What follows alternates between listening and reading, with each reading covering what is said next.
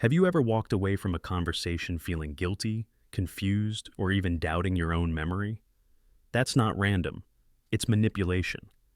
In this video, we'll expose the hidden psychological tactics like gaslighting, emotional blackmail, love bombing, and dozens more that are designed to control and break down your confidence without you even realizing it. By understanding these tactics, you'll learn how to spot them, protect yourself, and take back your power. If this resonates, don't forget to like, subscribe, and share, because awareness is the first step to freedom. Forced reframing. Forced reframing is one of the most subtle, yet powerful forms of psychological control. It happens when someone takes your genuine experience and slowly reshapes it until you no longer trust your own perspective. At first, it may seem like harmless advice, as if they are simply helping you see things in a better light. But what is really happening is that they are twisting your reality to match their agenda. Every time you express pain, they tell you that you're exaggerating. When you bring up a valid concern, they insist that you are looking at it the wrong way. With enough repetition, you start to abandon your natural instincts and replace them with the perspective they are forcing upon you. Your sadness is reframed as oversensitivity, your anger as irrational, your boundaries as selfishness. Over time, this constant reshaping makes you second-guess your own judgment, and you begin to view yourself through their distorted lens. The most dangerous part is that you may even start defending their behavior because the reframed version of events makes their actions appear justified, even noble. This isn't about healthy perspective. It's about controlling how you think, until their voice becomes louder in your head than your own. Synthetic empathy. Synthetic empathy is not real care. It's the illusion of compassion designed to keep you hooked. This tactic appears when someone mirrors your emotions only on the surface, saying the right words, offering the right expressions, and pretending to deeply understand your pain.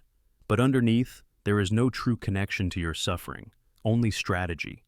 They carefully study your emotional triggers, your vulnerabilities, and your stories, then feed back just enough understanding to make you believe they are safe to trust.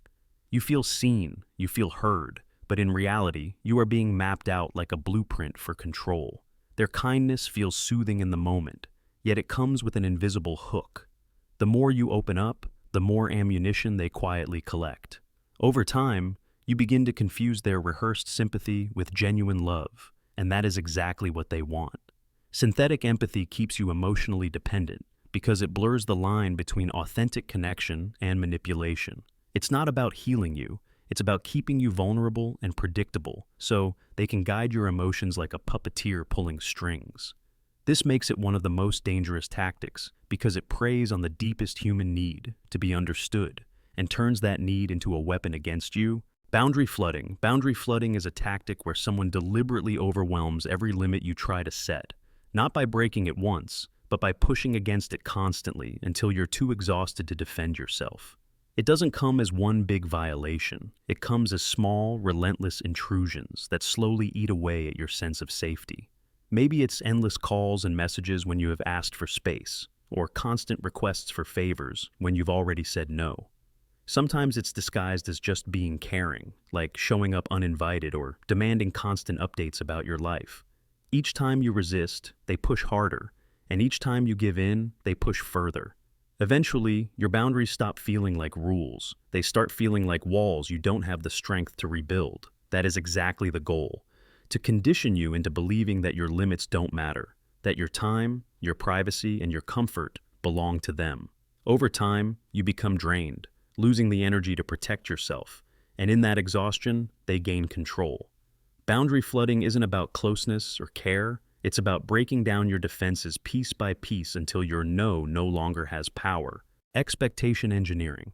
Expectation engineering is the silent manipulation of what you believe is normal and acceptable in a relationship. Instead of directly demanding something, the manipulator slowly shifts your standards by setting up invisible rules and hidden comparisons. At first, they might give you grand gestures of kindness or affection, making you believe that this level of attention will always be there. Then, over time, they withdraw that energy, leaving you chasing after the old version of them. You start believing that if you just behave the right way or prove yourself enough, you'll earn that love again. They also engineer expectations by subtly convincing you to lower your standards. When they fail to meet your needs, they frame you as too demanding, so you begin to shrink your requirements just to avoid conflict. They create a cycle where you feel grateful for scraps of effort, where the bare minimum begins to look like generosity, and each time they set these invisible benchmarks, your sense of what's fair, what's healthy, and what's respectful gets rewritten. Expectation engineering works because it doesn't happen all at once. It happens gradually, so slowly that you don't even notice your standards eroding. By the time you do, you've already adapted to a reality where your needs come last and their comfort comes first. Emotional ventriloquism. Emotional ventriloquism is when someone speaks through you, not with their words, but by making you carry their emotions as if they were your own. Instead of owning their anger, their sadness, or their insecurity, they project it into you so that you end up expressing it for them.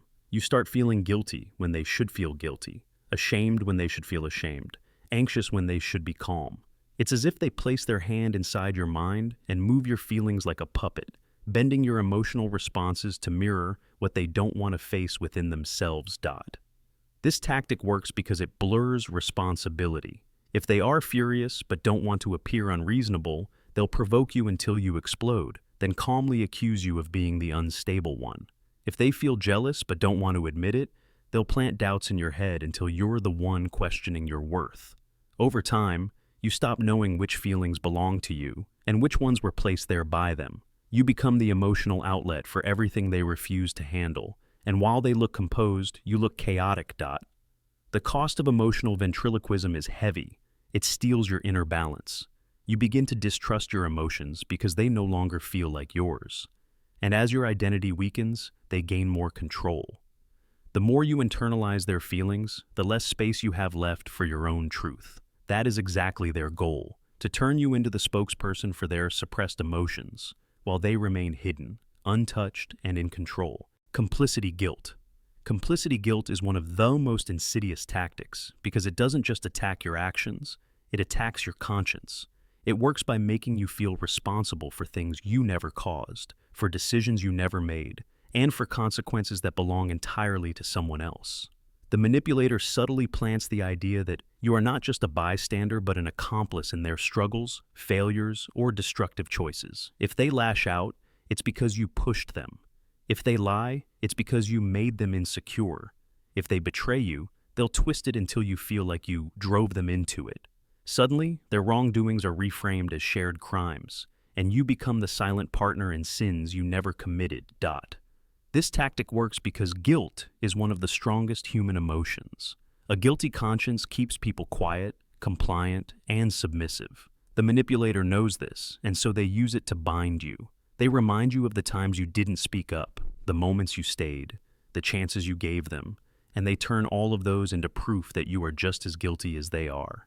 Over time, you begin to feel unworthy of leaving or demanding better, because in your mind, you've participated.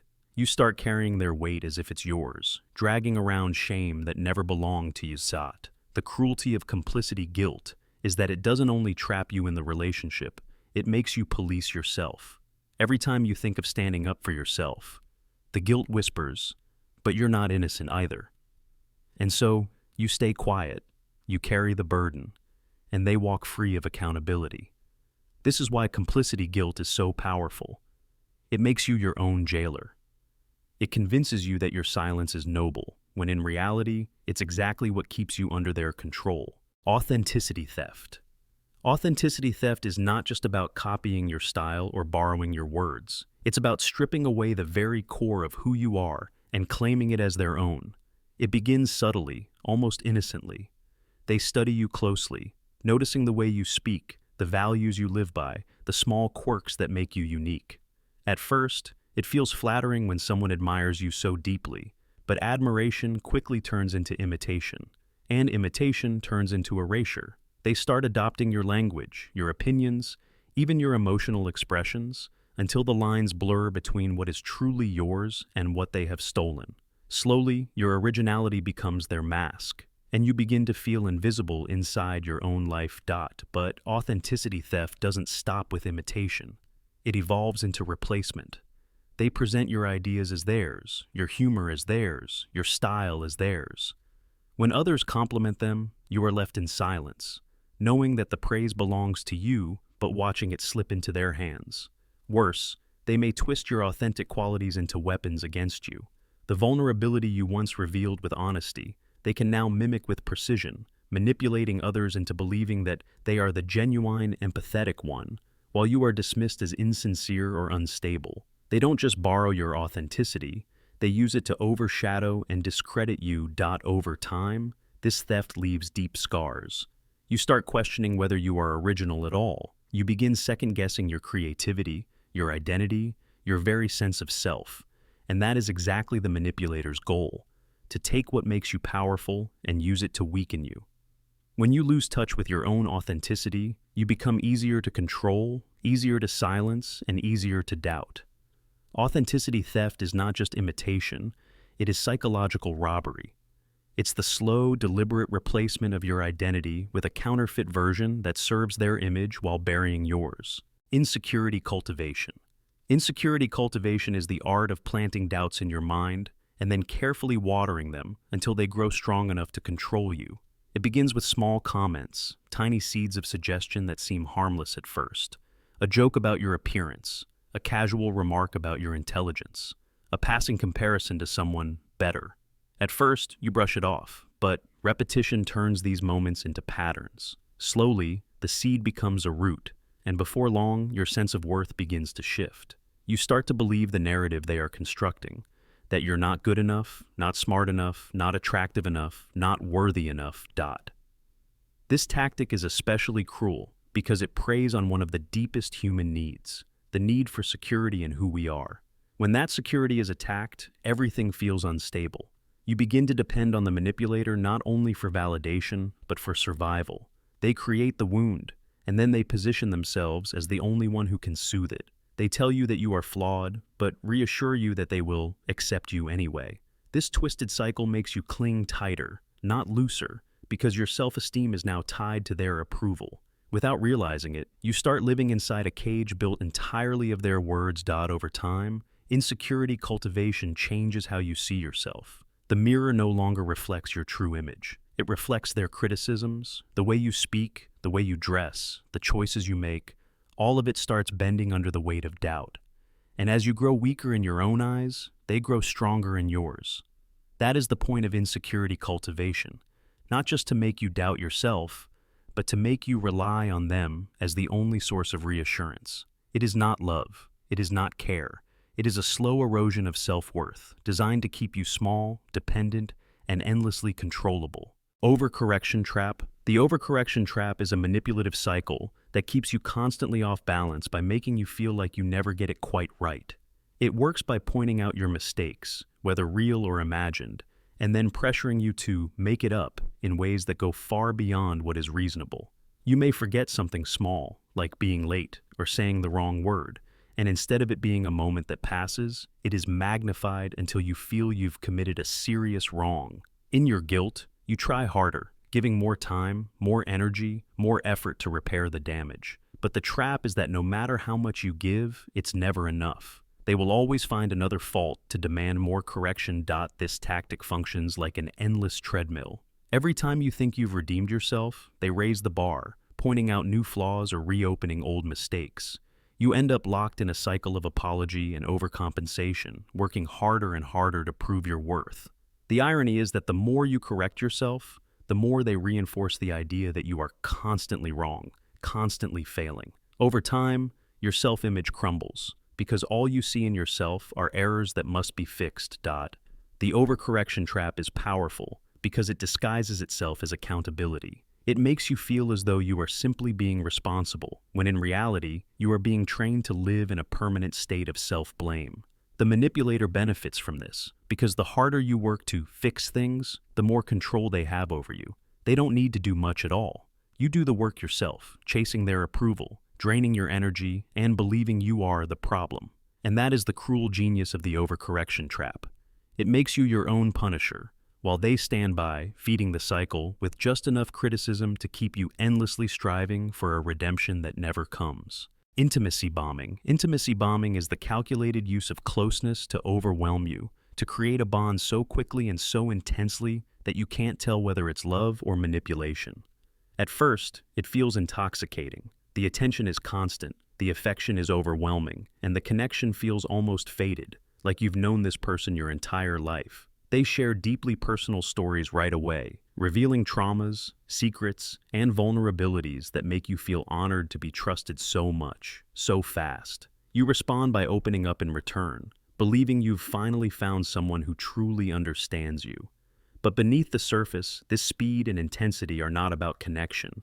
They are about control. The manipulator knows that intimacy creates trust, and trust lowers defenses. By moving too fast, they skip the natural stages of relationship building and force a closeness that isn't earned, but engineered. They flood you with compliments, with physical affection, with constant communication, until your emotions are running ahead of your logic. Once you are emotionally invested, they begin to withdraw. Suddenly, the endless calls stop, the warmth cools, and the attention shifts. You're left confused, desperate to get back to the closeness you thought was real. And that desperation makes you more pliable, more willing to do whatever it takes to reignite that early intensity. Intimacy bombing works because it hijacks the brain's reward system. The highs of affection are addictive, and the sudden lows create a craving for more. You become hooked on the roller coaster of closeness and withdrawal, not realizing that the person pulling the strings designed it this way from the start. Over time, you stop asking whether the intimacy is genuine. You only care about chasing the feeling of being wanted, and that's when the trap is complete. What looked like the beginning of love was really the construction of dependency. Hope dosing is a manipulation tactic built on carefully measured promises. It works by giving you just enough optimism to keep you holding on, but never enough fulfillment to feel secure. The manipulator dangles the possibility of a brighter future in front of you, like a drop of water to a thirsty traveler. They talk about how things will get better, how they'll change, how the relationship will finally become what you've been waiting for. And just when you're ready to give up, they give you a taste of what you've been craving, an affectionate gesture, a day of business, a fleeting moment where they finally act like the person you've always wanted them to be. That small dose of hope lights you up inside, making you believe that the change is real this time. But before long, it fades, and you're left chasing the next dose. The danger of hope dosing lies in its unpredictability. It never comes on a consistent schedule, which makes it addictive. You never know when the next spark of hope will appear, so you endure long stretches of disappointment and pain, clinging to the memory of the last time they made you feel valued. Like a gambler pulling the lever of a slot machine, you keep investing time, energy, and love in the hope that the jackpot is just around the corner. The manipulator knows this. They know that as long as they feed you small fragments of hope, you'll continue to stay, waiting for the bigger breakthrough that never comes. Over time, hope dosing erodes your patience, your dignity, and your sense of reality. You begin to live for the future rather than the present, ignoring the pain of today because you are clinging to the promise of tomorrow. But that tomorrow never arrives. The hope was never meant to be fulfilled. It was meant to keep you tethered. This tactic doesn't heal, it doesn't build, and it doesn't change. It only strings you along in a cycle where the promise of better days becomes the very chain that holds you in place. Reality gaslighting. Reality gaslighting is one of the most destructive forms of psychological manipulation because it doesn't just challenge what you think, it challenges what you know to be real. It begins with subtle contradictions. You recall a conversation, and they insist it never happened. You point out a behavior, and they tell you that you imagined it. You express hurt, and they tell you that you're being too sensitive. At first, it feels like simple miscommunication, but over time, these small denials pile up until your sense of certainty begins to collapse. You start to wonder if you really did mishear, if your memory really is faulty, if your emotions really are exaggerated. The power of reality gaslighting lies in its ability to destabilize your mind. When you can no longer trust your memory or your perception, you begin to lean on the manipulator for guidance. They become the authority of truth, the one who decides what did or didn't happen, what was real, and what was imagined. This shift gives them complete control, because once you stop trusting yourself, you stop resisting them. You lose your anchor to reality, and they become your anchor instead. The effects of gaslighting run deep. It erodes your confidence, not just in the relationship, but in every area of life. You second-guess conversations at work, you replay interactions with friends, You question even your smallest decisions. The constant doubt becomes exhausting, and in your exhaustion, you surrender more easily. The most dangerous part is that gaslighting doesn't just silence you, it rewires you. It makes you doubt not only what you've experienced, but who you are.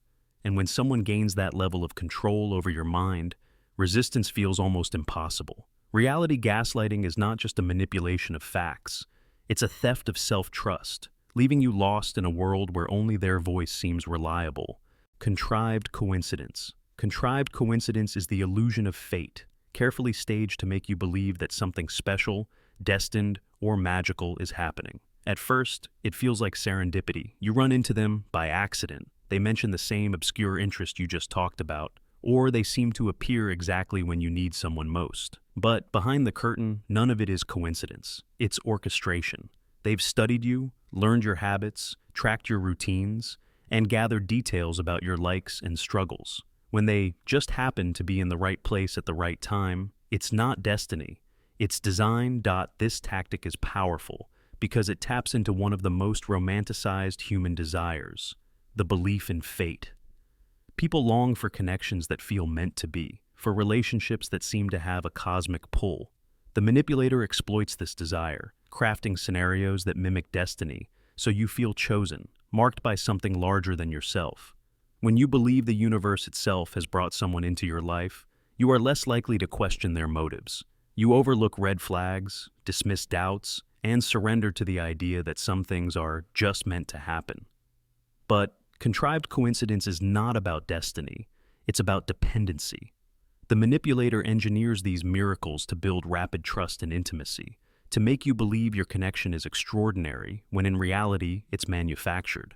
And once you're convinced, they use that bond to tighten their hold. Every time you doubt them, you'll remember those faded moments and wonder if you're wrong to question it. The truth is that contrived coincidence is not love, not fate, not magic. It's a strategy that preys on your longing for meaning, while slowly binding you to a story that was scripted from the start. Social leverage extortion. Social leverage extortion is when someone uses your relationships, your reputation, or your social connections as a weapon to control you.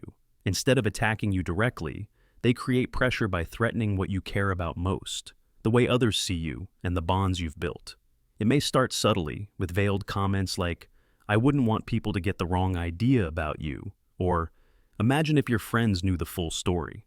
Over time, these hints turn into a silent form of blackmail. You begin to realize that if you don't comply, they might expose your vulnerabilities, twist your words, or poison your relationships. The danger of this tactic is that it makes your world feel unsafe. When your image and your connections are on the line, you become hyper-aware of every move you make. You second-guess what you say, how you behave, even who you trust, because you know the manipulator is watching. They build themselves into the center of your social world, often charming the very people you rely on for support.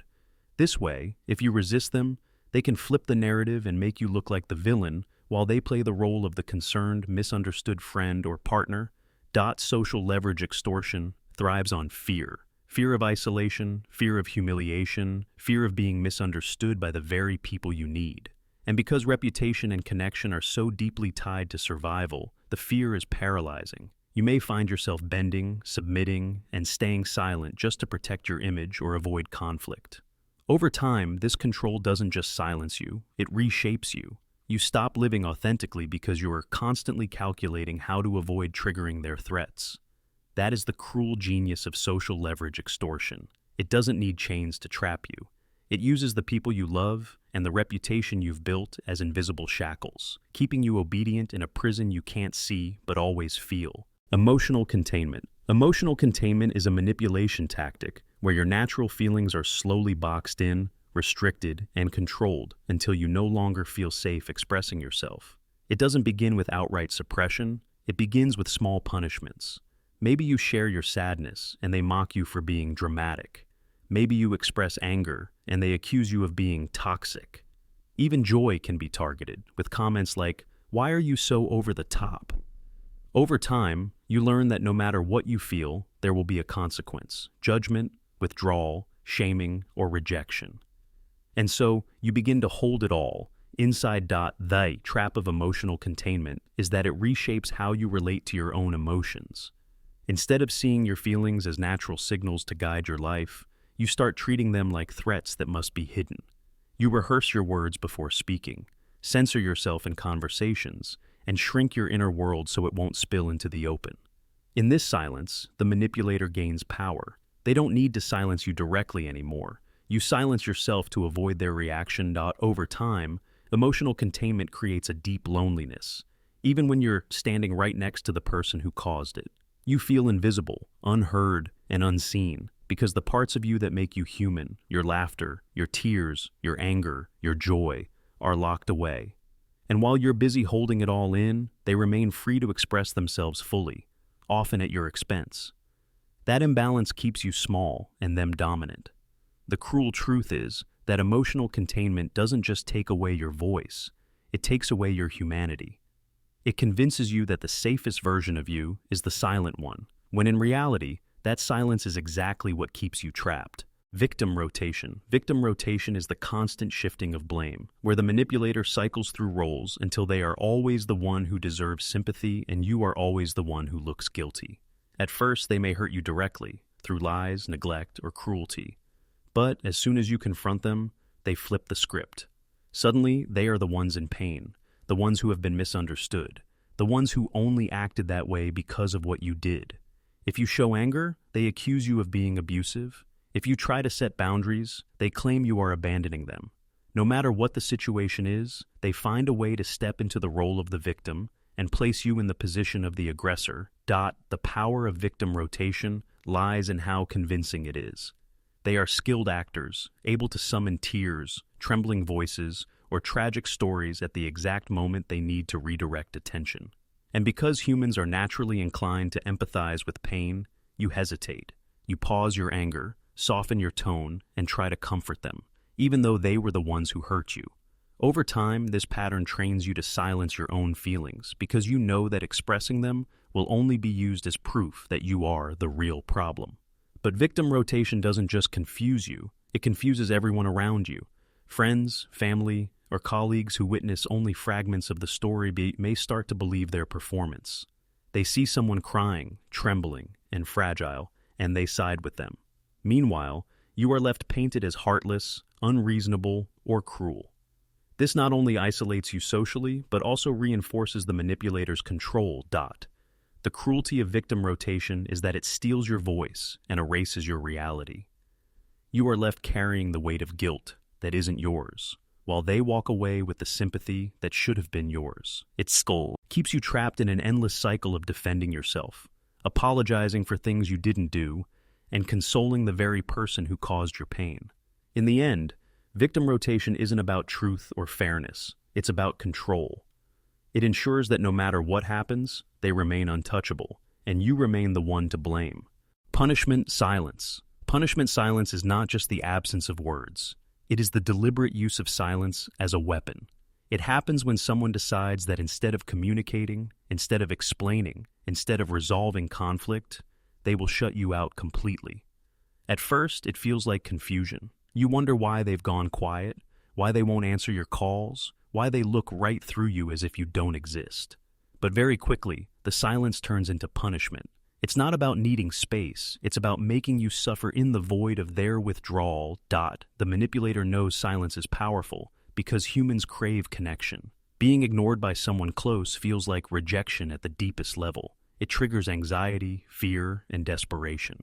You begin to question yourself. Did I say something wrong? Did I overreact? Am I the one at fault? You replay every conversation, every word, trying to decode the reason for their coldness. This is exactly what they want. While you spiral in confusion, they sit back in control, knowing you will eventually break the silence with an apology for something you may not have even done. Punishment. Silence also works because it isolates you emotionally. Unlike an argument, where words are exchanged, silence gives you nothing to hold on to. No explanation, no closure, no chance to defend yourself. It leaves you in limbo, suspended between uncertainty and guilt. Over time, you start to fear silence more than conflict itself, so you bend over backwards to avoid triggering it again. You give in faster, compromise more, and shrink yourself to keep the connection alive. The cruelty of punishment, Alliance, is that it erodes your sense of worth. It teaches you that your voice doesn't matter, that your presence can be erased at will, that love or care can be withdrawn in an instant. You begin to feel disposable, and in that state of fear, you become more obedient. Punishment, silence isn't just quiet, it's psychological warfare. It uses absence to control presence, making you desperate for even the smallest scraps of acknowledgement. And in that desperation, you hand over your power piece by piece. Symbolic guilt induction.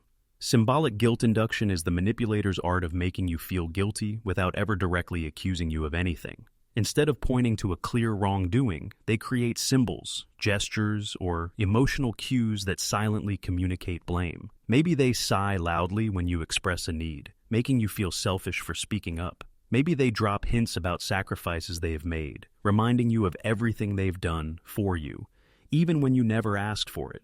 Maybe they give you the silent treatment paired with a dramatic display of sadness, as if your mere existence is a burden. None of these are outright accusations, but they all carry the same hidden message. You are the reason I'm suffering. This tactic is powerful because it is indirect. You can't call it out easily. There are no clear words to challenge, no direct claims to refute. All you're left with is a heavy feeling of responsibility, as though you've caused harm simply by being yourself. And because it's unspoken, you begin to internalize it. You replay the gestures, the tone of voice, the facial expressions, wondering if you really did something wrong. The guilt grows in silence, turning into self-blame that weighs on you long after the moment has passed. Over time, symbolic guilt induction reshapes how you behave. You start anticipating their reactions, trying to avoid triggering those subtle signs of disappointment or pain. You lower your needs, censor your feelings, and overextend yourself just to keep their symbolic punishments from appearing. In essence, you become your own enforcer, bending to their unspoken rules without them ever needing to raise their voice. That's the genius of this tactic. It doesn't rely on confrontation, it relies on implication. The guilt is manufactured, but it feels real, because you carry it as if it were your own. The damage runs deep. Because symbolic guilt induction corrodes your ability to trust your own innocence. You stop asking, did I do something wrong? And start assuming, it must always be my fault. That shift in thinking makes you vulnerable, easy to manipulate, and endlessly self-sacrificing. In reality, the manipulator never needed proof of your guilt. They only needed you to believe it. And once you do, the chains are already in place. Decision time shrinking. Decision time shrinking is the manipulator's tactic of pressuring you into choices before you've had the chance to think clearly. Instead of allowing you space to reflect, they corner you with urgency, forcing you into quick decisions that always seem to benefit them. It can look like an ultimatum. You need to decide right now whether you're with me or against me. Or it may be disguised as practicality. We don't have time to think about it. Just say yes and trust me. Either way, the goal is the same: to rob you of the clarity that comes with patience and push you into a trap you don't realize you're stepping into.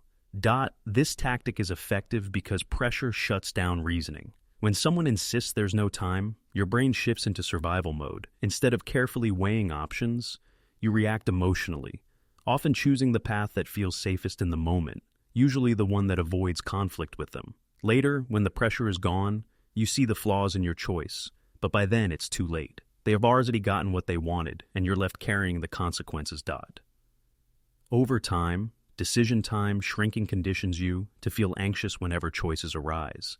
You stop believing you're capable of making good decisions because you were constantly rushed into ones that backfire. That anxiety becomes another form of control because it keeps you dependent on them for guidance. They frame themselves as decisive and strong while painting you as indecisive and weak. In reality, they have created the weakness by stripping you of the time needed to make informed choices. The cruelty of decision time shrinking is that it robs you of ownership over your own life. Choices made under duress don't feel like your own, yet you're the one forced to live with their aftermath. This keeps you stuck in a loop of regret and self-doubt. All while, the manipulator escapes accountability. They never need to carry the weight of the choices. They only need to keep you making them on their terms, under their clock, with their pressure. And the more often it happens, the smaller your world becomes. until every decision feels like theirs, not yours. Moral reversal. Moral reversal is when the manipulator takes the very principles that define right and wrong and flips them upside down, leaving you disoriented and defensive. Instead of owning their harmful actions, they reframe them as justified, even virtuous, while casting your attempts to protect yourself as selfish, cruel, or immoral. If you call out their lies, they accuse you of being untrusting. If you set boundaries, they label you cold, heartless, or unforgiving. If you demand accountability, they twist it into evidence that you lack compassion. What should be a clear line between harm and protection becomes blurred, and suddenly you're the one painted as the villain for refusing to accept mistreatment. The danger of moral reversal is that it taps into your conscience. Good people care about doing the right thing, and manipulators know this. They weaponize your integrity against you, twisting your natural empathy into a tool for control. They exploit your fear of being unkind, unjust, or unloving until you begin to question your own moral compass. You start wondering, am I really being unfair? Am I too harsh? Could I be the problem? And as those doubts grow, their power over you strengthens. Over time, moral reversal leaves deep scars. You no longer trust your sense of justice because every time you stand up for yourself, you're told you're wrong for doing so. The manipulator becomes the author of morality in your relationship, deciding what is acceptable and what is condemnable, always in a way that protects them and diminishes you. This is how they maintain control, not just over your actions, but over your very sense of right and wrong. The cruelty of moral reversal is that it isolates you from your own values. It makes you feel as though protecting yourself is evil, while allowing their harm is noble. It strips you of clarity, forcing you into a constant, defensive posture where you're too busy proving your goodness to notice their ongoing abuse. In the end, moral reversal doesn't just confuse, it corrupts. It poisons the foundation of morality itself, until you are trapped in a world where the abuser is always righteous, and you are always in the wrong. Validation starvation. Validation starvation is a slow psychological suffocation. It's when someone deliberately withholds acknowledgement, praise, or recognition to keep you constantly reaching for approval that never comes. Humans are wired to crave validation. It's how we feel seen, valued, and understood. But in the hands of a manipulator, validation becomes a scarce resource, rationed out in small, calculated doses. They may compliment you once, early on, showering you with praise that makes you feel alive and worthy, but then suddenly it stops. Your efforts go unnoticed, your achievements dismissed, your emotions ignored. The absence of validation doesn't just feel disappointing, it feels like rejection of your very existence. This starvation works because it creates hunger. Just like a person deprived of food becomes obsessed with eating, a person deprived of validation becomes obsessed with earning acknowledgement. You start working harder, bending further, sacrificing more, all in the hope of finally hearing that you're enough. Every time they withhold it, the hunger grows, and when they finally drop a small crumb of praise, it feels monumental. That tiny acknowledgement feels like a feast, even though it's only a fraction of what you deserve. And so, you keep chasing, locked in a cycle where their approval feels like survival itself. Over time, validation starvation changes you. You stop pursuing goals for yourself. You pursue them for the chance that they might notice. You stop speaking from your heart. You say what you think they want to hear, hoping for even a nod of approval. You stop feeling joy in your accomplishments unless they affirm it. This strips you of independence because your sense of worth becomes tethered to their recognition. Without it, you feel invisible, inadequate, or unlovable. The cruelty of validation starvation is that it makes you believe. Ethical substitution. Ethical substitution is one of the most cunning forms of manipulation because it doesn't deny morality, it replaces it.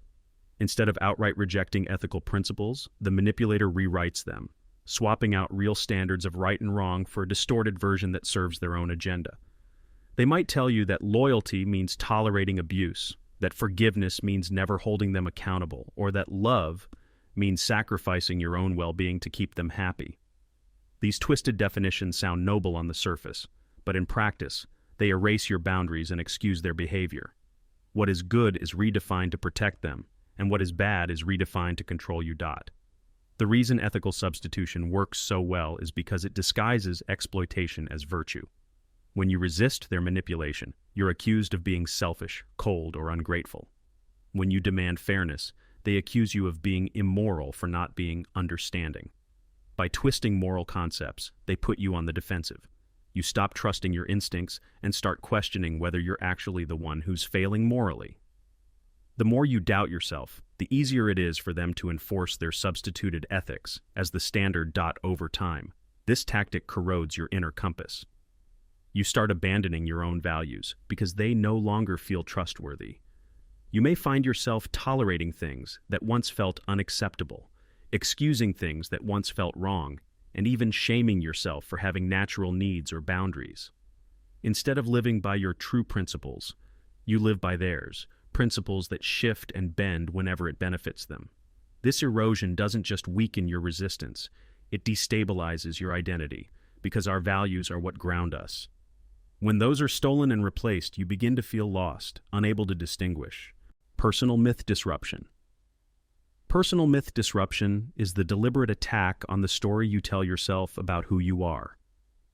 Every human being lives with a personal myth, a narrative built from your memories, your values, your struggles, and your victories. It's the inner script that tells you, I am strong because I survived, or I am worthy because I care for others, or I am capable because I worked hard to overcome my obstacles. This myth isn't fantasy, it's the foundation of your identity. But a manipulator knows that if they can fracture this story, they can fracture you. They begin by questioning the parts of your myth that make you strong. If you survived hardship, they'll claim you're exaggerating or dramatizing the past. If you pride yourself on kindness, they'll twist it into weakness, saying you let people walk all over you.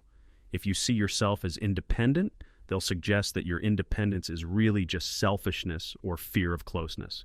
Slowly, they chip away at the pillars of your narrative until the very traits that once gave you strength start to feel like flaws. The danger of personal myth disruption is that it destabilizes your sense of continuity.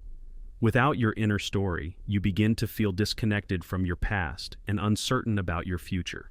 You lose the thread of who you are, and in that confusion, the manipulator steps in to rewrite the story for you. They plant a new myth, one where you are broken, dependent, and lucky to have them. They recast themselves as the hero of your story, the savior who puts up with you, the one who defines your worth. And because you've lost faith in your own narrative, you begin to accept theirs. Over time, the damage deepens. You stop celebrating your victories because you no longer believe they mean anything. You question your resilience, your character, even your memories. The past becomes a ballet. Emotional scheduling. Emotional scheduling is the manipulator's way of controlling not only what you feel, but when you're allowed to feel it. It's the subtle but constant message that your emotions are acceptable only on their timeline and never on yours. When you're upset and need comfort, they're suddenly too busy or too tired to listen. When you're happy and want to share your joy, they dismiss it or change the subject, leaving you deflated. But when they decide it's time for emotions, when they want to cry, rage, or celebrate, you are expected to drop everything, provide support, and match their energy perfectly. Slowly, your emotional world stops being your own and begins to revolve around their schedule. This tactic is insidious because it trains you to suppress your natural rhythms. Instead of allowing your emotions to rise and fall organically, you begin to monitor them like a clock, waiting for the right time to express yourself. That right time rarely comes. Every attempt is met with criticism. You're too sensitive, too dramatic, too distracting, or simply inconvenient. And yet, when they finally decide to open up, they frame it as a noble act of vulnerability, one that you must honor, no matter how drained or unprepared you are. This imbalance makes their emotions seem larger, more important, more deserving, while yours shrink into silence. Over time, emotional scheduling creates deep exhaustion. You learn to hold your sadness in until it eats away at you. You swallow your anger until it festers into resentment. Even your happiness becomes muted, because you know it won't be met with the same excitement. You start living in an emotional waiting room, where your feelings gather dust while theirs take center stage. The manipulator thrives in this setup, because it reinforces the belief that their world is primary and yours is secondary. The cruelty of targeted praise. Targeted praise followed by sudden withdrawal is one of the most addictive and destabilizing manipulation tactics. It begins with carefully chosen moments of affirmation. The manipulator knows exactly what you long to hear, Words that touch your deepest insecurities and feed your hidden hunger for acknowledgement. They tell you how smart you are, how strong you are, how different you are from anyone else. In those moments, you feel truly seen, and the praise lands like a warm light after a long darkness. But just as quickly as they give it, they take it away. Without warning, the affirmations stop. The warmth disappears. Suddenly, you're left in the cold silence of their indifference, wondering what changed, wondering what you did wrong. This cycle works because of contrast. The praise feels intoxicating precisely because of its scarcity, and the withdrawal feels devastating because it comes without reason. You begin to chase the high of being seen, bending yourself into shapes you think will earn back their admiration. You work harder, give more, stay quieter, sacrifice your needs, anything to make them look at you again the way they did when the praise flowed. And when they finally give you another drop of approval, it feels like a reward, proof that your effort paid off.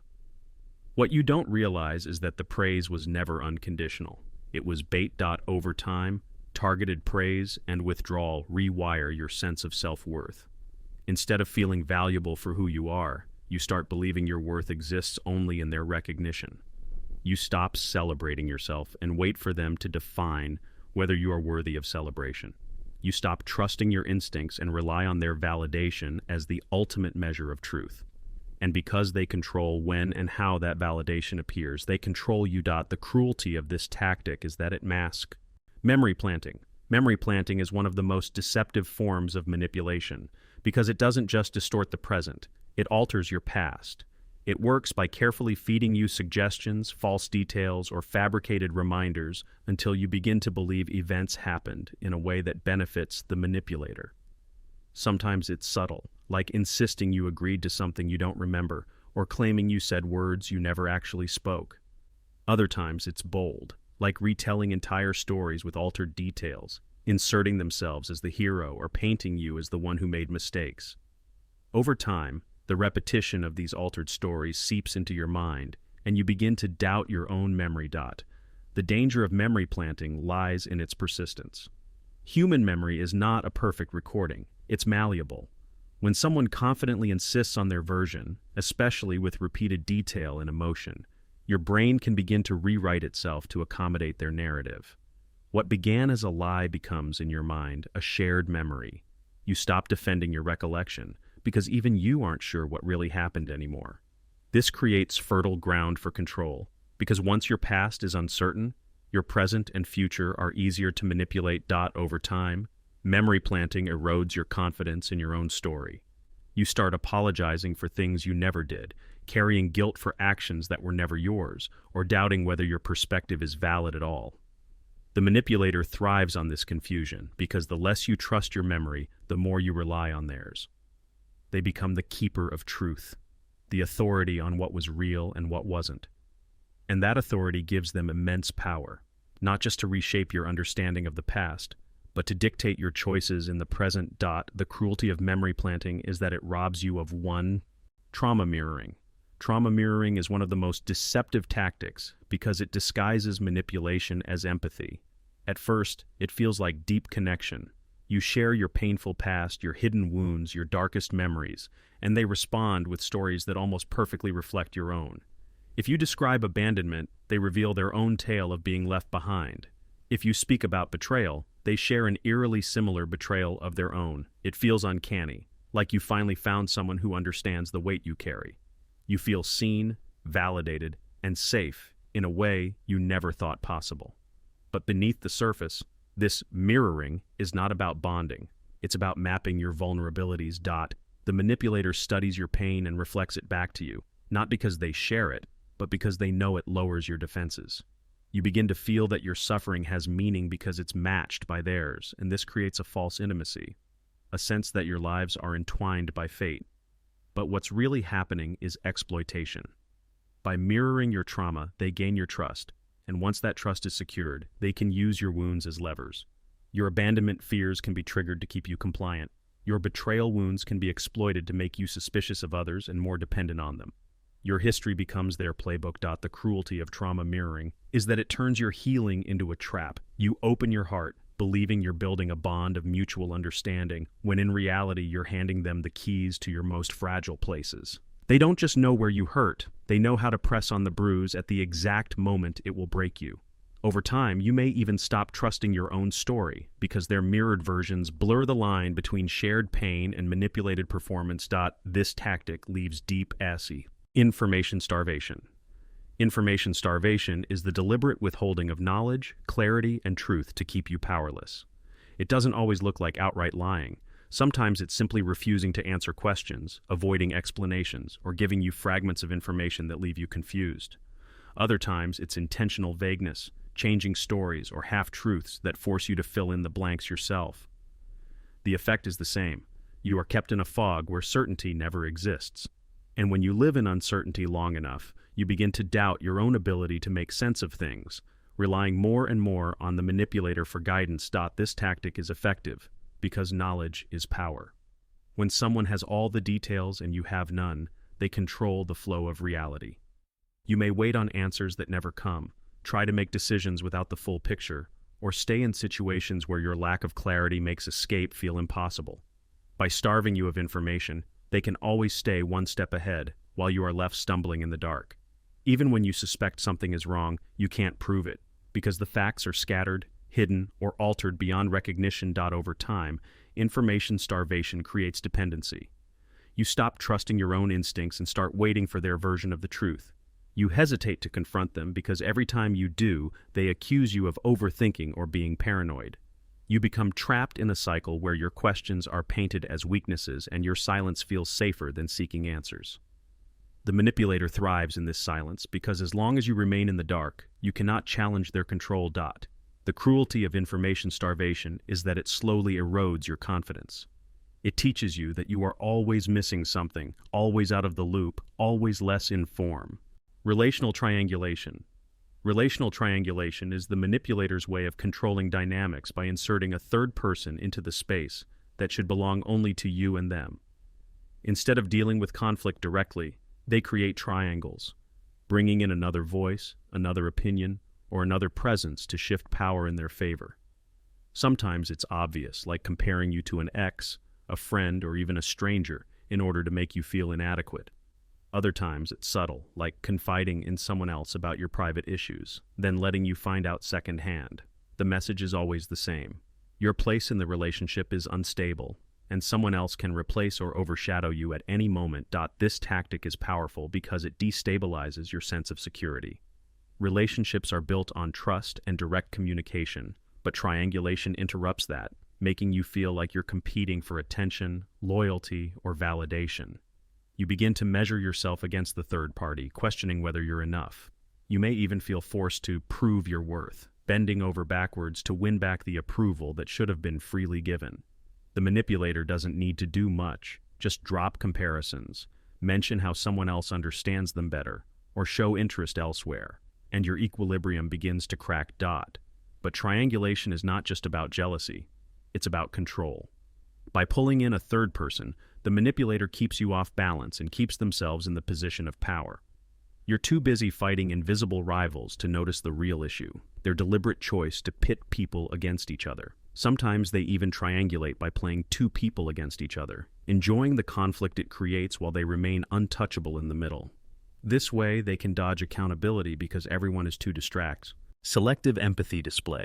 Selective empathy display is when someone shows compassion, care, and understanding only when it benefits them, while coldly dismissing your pain when it doesn't serve their agenda. At first, it can feel confusing. One moment, they are tender and supportive, rushing to comfort you in ways that feel genuine, almost healing. The next moment, when you truly need them most, they are detached, indifferent, or even mocking. This inconsistency is not random, it is deliberate.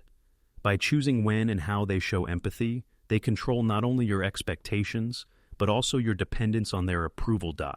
This tactic works because empathy is deeply powerful.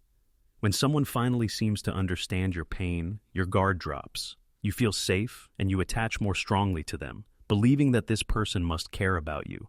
But when that empathy disappears the next time you need it, you're left hurt, confused, and desperate to get it back. You begin to question yourself. Did I ask for too much? Did I overreact? Did I somehow not deserve their compassion this time? The truth is, you did nothing wrong. Their empathy was never unconditional. It was a tool, handed out when it served their image or when they wanted to draw you closer, and withdrawn when it threatened their control. Over time, selective empathy display rewires your emotional responses. You stop expecting consistent care and start treating empathy as a rare reward, something you must earn rather than something you should naturally receive in a healthy relationship. You may even start doubting your right to comfort, convincing yourself that maybe you are too needy, maybe your feelings are too much. Meanwhile, they position themselves as the gatekeeper of compassion, the one who decides when your pain is valid and when it is inconvenient. The cruelty of selective empathy display is that it corrupts. It's one of the most sacred aspects of human connection, the need to be understood. Instead of being a source of healing, their empathy becomes a form of control, conditioning you to chase it, to cling to it, to sacrifice your own needs in hopes of earning it again. And the more you chase it, the more power they hold. In the end, it's not empathy at all, it's performance, a staged act of compassion designed to bind you tighter while leaving you starved for the real thing. Ideological grooming. Ideological grooming is a slow and calculated process where a manipulator reshapes the way you think, not just about them, but about the world itself. It's not simply about convincing you of one idea. It's about gradually pulling you into their belief system until your own thoughts, values, and judgments are replaced by theirs. At first, it can seem harmless. They share strong opinions with confidence, drop persuasive arguments, or mock perspectives that don't align with theirs. Maybe you disagree at first, but they always have a counterpoint, a story, or an emotional appeal that makes you second-guess yourself. Over time, those second guesses pile up, and your resistance begins to soften. The manipulator doesn't try to change everything all at once. Instead, they move step by step, starting with small, seemingly harmless agreements. Once you concede on one thing, they push further, slowly normalizing their worldview. They frame their beliefs as smarter, deeper, or more enlightened than yours, and if you resist, they paint you as naive, ignorant, or even immoral. Eventually, you stop arguing, not because you're convinced, but because it's exhausting to always be told you're wrong, and in your silence, their ideology takes root. This grooming is powerful because it goes beyond behavior. It reshapes identity. What you once thought was true now feels shaky. What you once valued feels questionable. You begin to repeat their words, adopt their perspectives, and see the world through their lens. Soon, you're defending ideas you never believed in, aligning with actions you once would have rejected, and distancing yourself from people or values that once defined you. In essence, you become a reflection of them. The cruelty of ideological grooming is that it steals your voice and convinces you that it was your choice all along. By the time you realize what's hypernormalization. Hypernormalization is the manipulator's tactic of making dysfunction look ordinary, so that what should disturb you begins to feel like daily life. It's the slow conditioning of your mind to accept chaos, lies, and contradictions as normal, until you no longer recognize the difference between what is healthy and what is destructive. At first, you may resist. The yelling feels extreme, the lies feel unacceptable, the silences feel unbearable. But when those behaviors repeat often enough, your brain adapts. What once shocked you becomes expected. What once hurt deeply becomes something you shrug off. Over time, you stop fighting because your nervous system has been trained to see the abnormal as standard. The manipulator thrives on this process. They bombard you with inconsistencies, apologies followed by the same betrayal, affection followed by cruelty, promises followed by abandonment. Each contradiction chips away at your sense of stability, leaving you confused but too tired to resist. Eventually, the exhaustion pushes you into surrender. Instead of demanding fairness, you settle for survival. Instead of expecting honesty, you adapt to lies. Instead of craving peace, you adjust to chaos. This is hypernormalization, the transformation of dysfunction into your baseline reality. What makes this tactic so dangerous is that it doesn't just distort your perception of the manipulator. It distorts your perception of life itself. You may start believing that all relationships are this volatile, that everyone lies this often, that cruelty and affection always come hand in hand. Your standards collapse, your tolerance expands, and your ability to recognize abuse diminishes. Even if you leave, the conditioning lingers because the brain has been taught that abnormal is normal. The cruelty of hypernormalization is that it steals your right to outrage.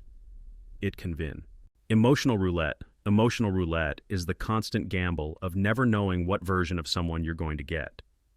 One moment they're warm, affectionate, and full of praise, and the next they're distant, cruel, or coldly indifferent. It feels like living on a spinning wheel, where each interaction is a roll of chance, and you can't predict where it will land. This unpredictability keeps you in a state of constant anxiety, because you're always trying to anticipate their mood, adjust your behavior, and avoid triggering the next storm. Instead of living freely, you live cautiously, studying their tone, their body language, and their smallest reactions like your survival depends on it. This tactic works because unpredictability is addictive. When affection comes randomly, it feels more powerful than if it were consistent. Just like a gambler chasing the next win, you keep hoping the wheel will land on love, tenderness, or approval. And when it does, even briefly, it floods you with relief and reinforces your willingness to stay. But just as quickly, it can land on cruelty, leaving you shaken, hurt, and desperate to figure out how to make the affection return. That cycle of reward and punishment trains you to cling tighter, even though the instability is destroying you. Over time, emotional roulette reshapes your nervous system. You become hypervigilant, always scanning for danger, always adjusting, always tense. The inconsistency erodes your sense of reality. You can't trust whether their kindness is genuine or just another spin in the cycle. You start blaming yourself for the lows, believing you must have done something to deserve the coldness, even when you didn't. And in that confusion, the manipulator gains total control, because your emotional world is no longer steady. It's dictated entirely by their unpredictable moods. The cruelty of emotional roulette is virtue weaponization. Virtue weaponization is when someone takes your strongest moral values, the very things that make you a good and decent human being, and twists them into chains that hold you down. They identify what matters most to you: kindness, loyalty, honesty, forgiveness, generosity, and then use those values against you. If you believe in forgiveness, they demand endless second chances. If you value loyalty, they shame you for even thinking about leaving, no matter how badly they've hurt you. If you believe in honesty, they manipulate you into revealing truths they later use to harm you, while they continue to lie without remorse. They don't attack your virtues directly. They exploit them, bending them until the very qualities that once gave you strength become the reasons you stay trapped. This tactic works because good people often measure themselves by their values. You don't want to be cruel, disloyal, unforgiving, or selfish, and the manipulator knows this. By framing your boundaries as violations of your own virtues, they make you doubt yourself every time you try to protect your peace. Suddenly, leaving feels like betrayal, saying no feels like cruelty, and standing up for yourself feels like moral failure. They've turned your conscience into their enforcer, ensuring you police yourself before they even need to step in. Over time, virtue weaponization erodes your ability to trust your moral compass. You no longer know if you're acting from integrity or being manipulated into guilt. You stop setting boundaries because you fear looking like the kind of person you never wanted to be, and in that silence, they gain more freedom to exploit, knowing you'll hesitate to hold them accountable. The more you cling to your values, the deeper their hooks go until you are trapped in a paradox where doing the right thing always seems to benefit them and hurt you. Manufactured crisis. Manufactured crisis is the manipulator's tactic of keeping you trapped in a constant state of urgency, chaos, and fear by creating problems that didn't need to exist in the first place. Instead of allowing life to unfold naturally, they stir conflict, exaggerate small issues, or invent new emergencies that force you into a reactive state. One moment, everything feels calm, and the next you're blindsided by drama that came out of nowhere. A sudden accusation, a financial scare, an invented betrayal, or a dramatic emotional meltdown. They thrive in these storms, because while you're busy scrambling to fix the crisis, you're too distracted to question how the crisis even began. This tactic works because chaos destabilizes. When you're constantly pulled into problem-solving mode, your nervous system never rests. You become exhausted, anxious, and hyper-focused on survival instead of clarity. And in that exhaustion, the manipulator gains control. They position themselves as both the cause and the solution. They ignite the fire, then demand your loyalty and gratitude when they let it burn out. This cycle conditions you to see them as essential, as if you need them to manage the chaos, even though they're the ones who created it. Over time, manufactured crisis changes the way you live. You stop seeking peace because you come to expect explosions. You stop planning for the future because you're always bracing for the next disaster. You even start believing that this constant chaos is normal, or worse, that it's your fault. And that's exactly what the manipulator wants, for you to internalize the belief that stability is impossible without them, that life itself is a storm you cannot survive on your own. The cruelty of manufactured crisis is that it poisons your ability to trust calm. On the rare days when peace arrives, you don't feel relief, you feel dread. Preemptive victimhood. Preemptive victimhood is when a manipulator positions themselves as the injured party before they can be held accountable for their actions. It is a defensive tactic, wrapped in self-pity, designed to disarm you and shift the power dynamic. The moment you begin to question their behavior, they collapse into a story of their own suffering. They talk about how misunderstood they are, how hard their life has been, how everyone always blames them unfairly. They might even cry, rage, or act devastated, all to make you feel guilty for daring to hold them responsible. Instead of being the one who harmed you, they flip the script and become the one you must comfort. This tactic works because empathy is powerful.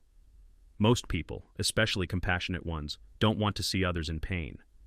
So when the manipulator rushes to claim victimhood, your instinct is to soften, to comfort, to back down.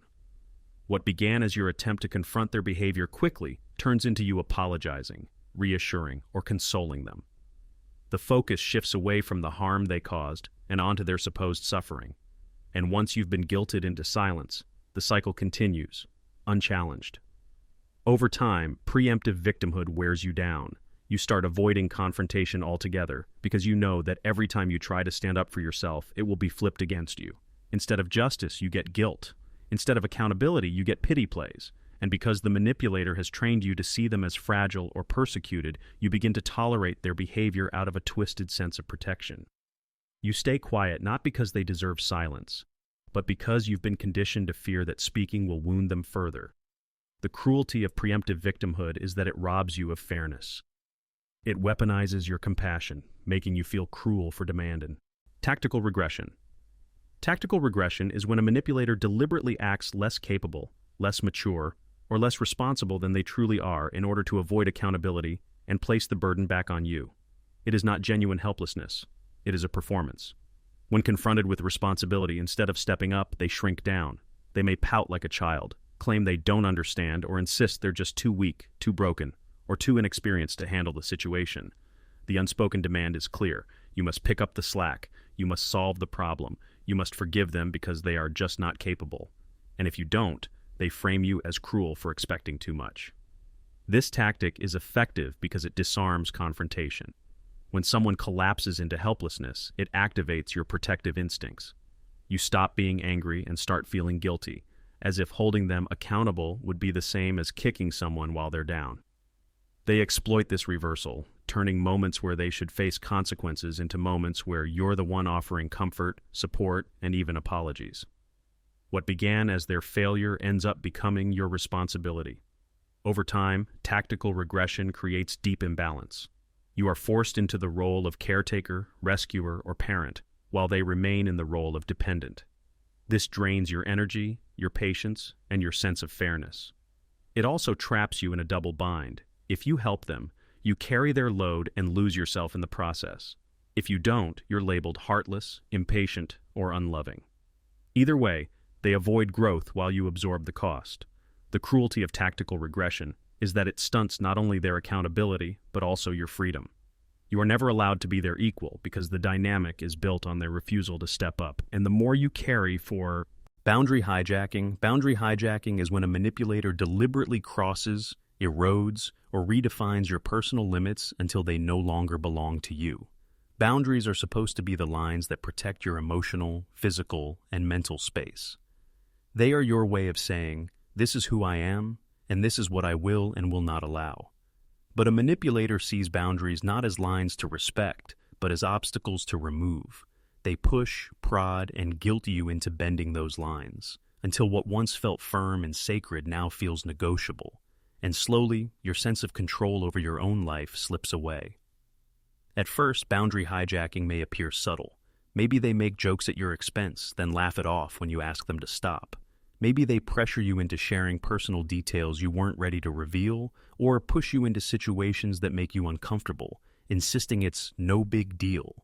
Each small intrusion is framed as harmless, but each one chips away at your confidence in holding the line. And when you do try to enforce a boundary, they twist it back on you, calling you selfish, distant, controlling, or even unloving for daring to protect yourself.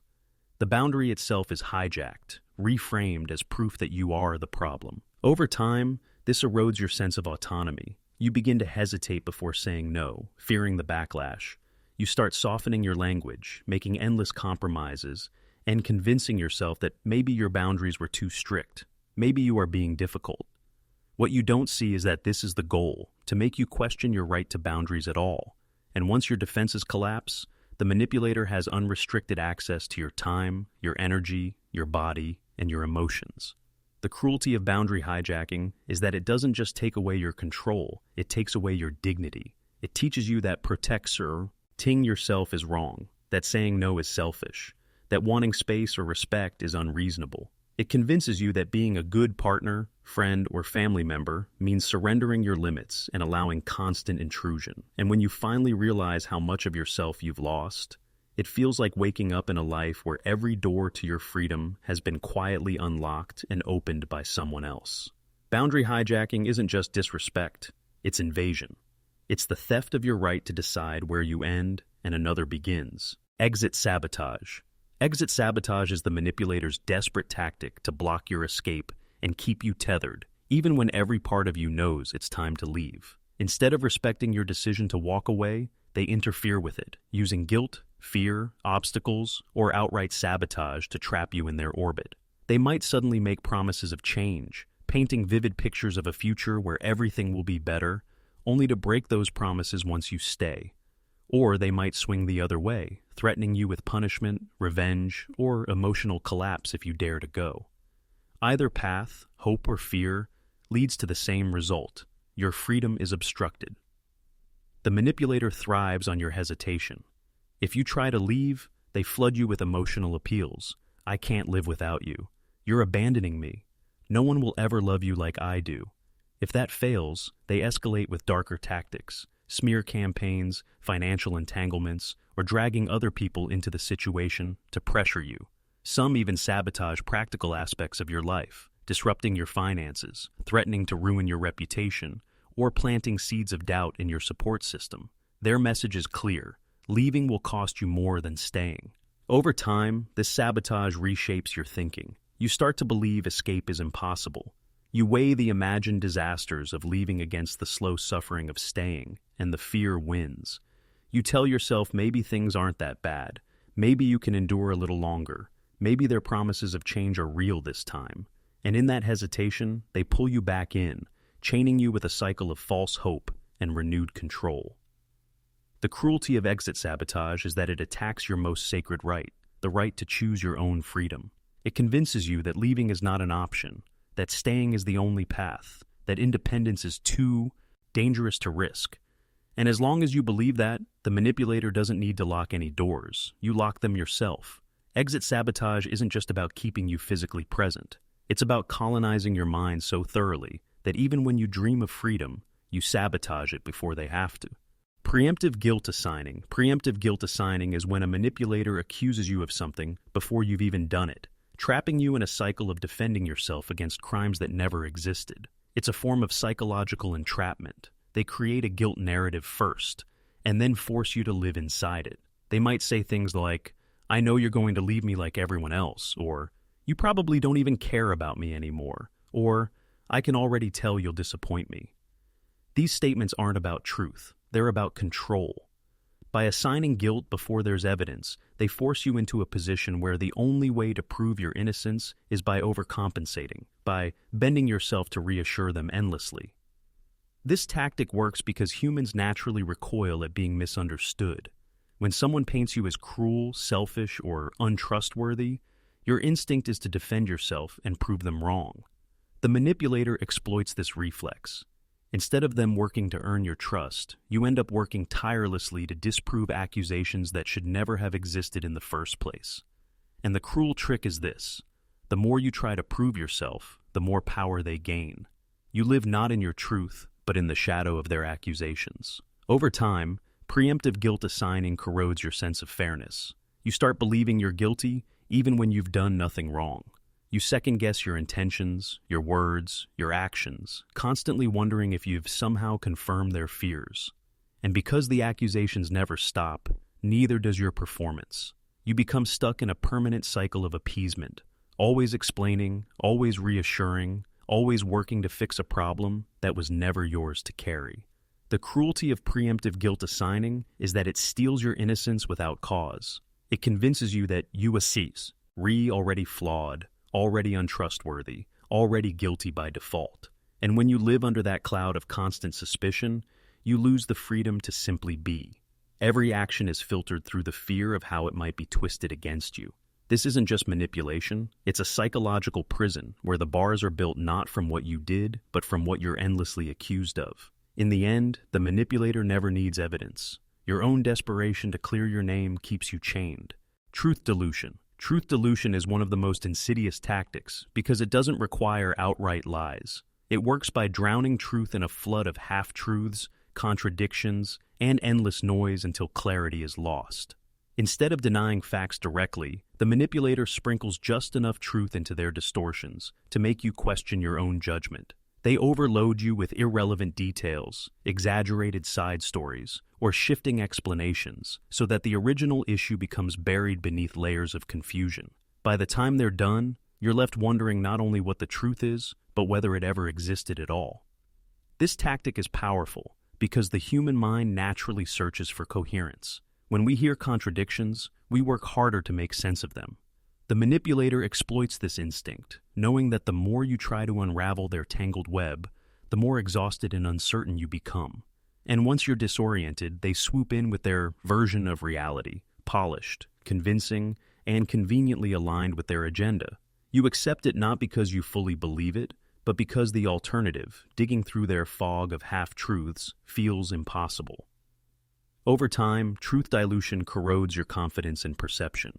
You begin to hesitate before speaking up, because every time you challenge them, they bury you under so many counterpoints that you can't keep up. You stop trusting your memory, your instincts, even your logic.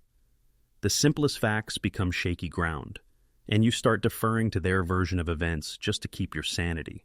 This surrender isn't agreement, it's survival. The cruelty of truth dilution is that it doesn't just distort reality, it erodes your very relationship with truth itself. You begin to believe that maybe truth is always relative, always negotiable, always slipping through your hands. And once you lose a faith in truth, you lose the foundation of your reality. That is the manipulator's goal, not merely to hide facts, but to weaken your ability to stand on certainty.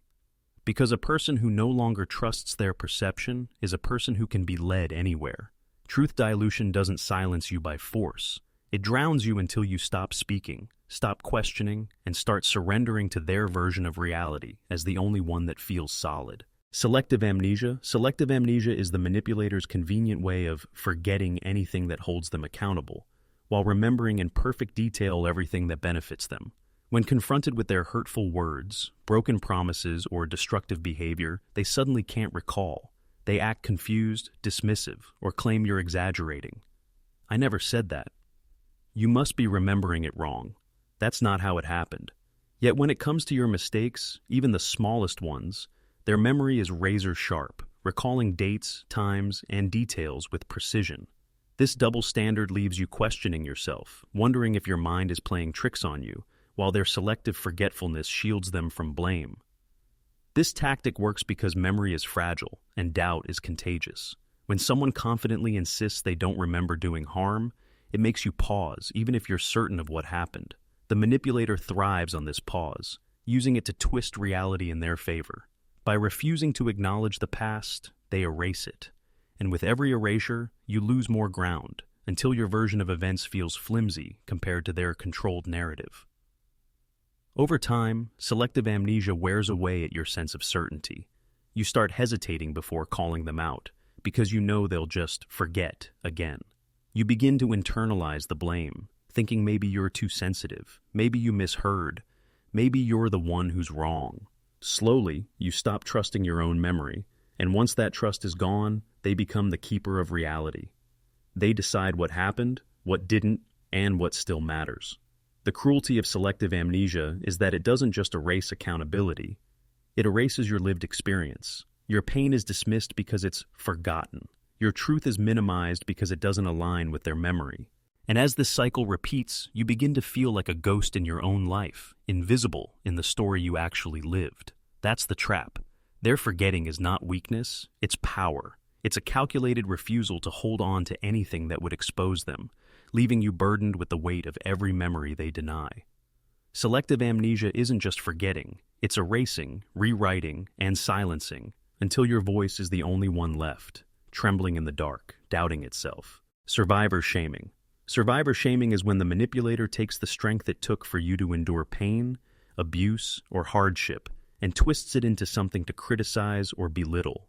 Instead of honoring your resilience, they frame your survival as weakness, foolishness, or even blame. They might say things like, "If it was really that bad, you would have left sooner," or "You let it happen, so it's partly your fault," or "Other people went through worse and didn't complain." What should be recognized as courage is weaponized against you, leaving you questioning whether your suffering even counts as real. This tactic works because shame is a heavy weight. When someone suggests you're at fault for your own suffering, you internalize it.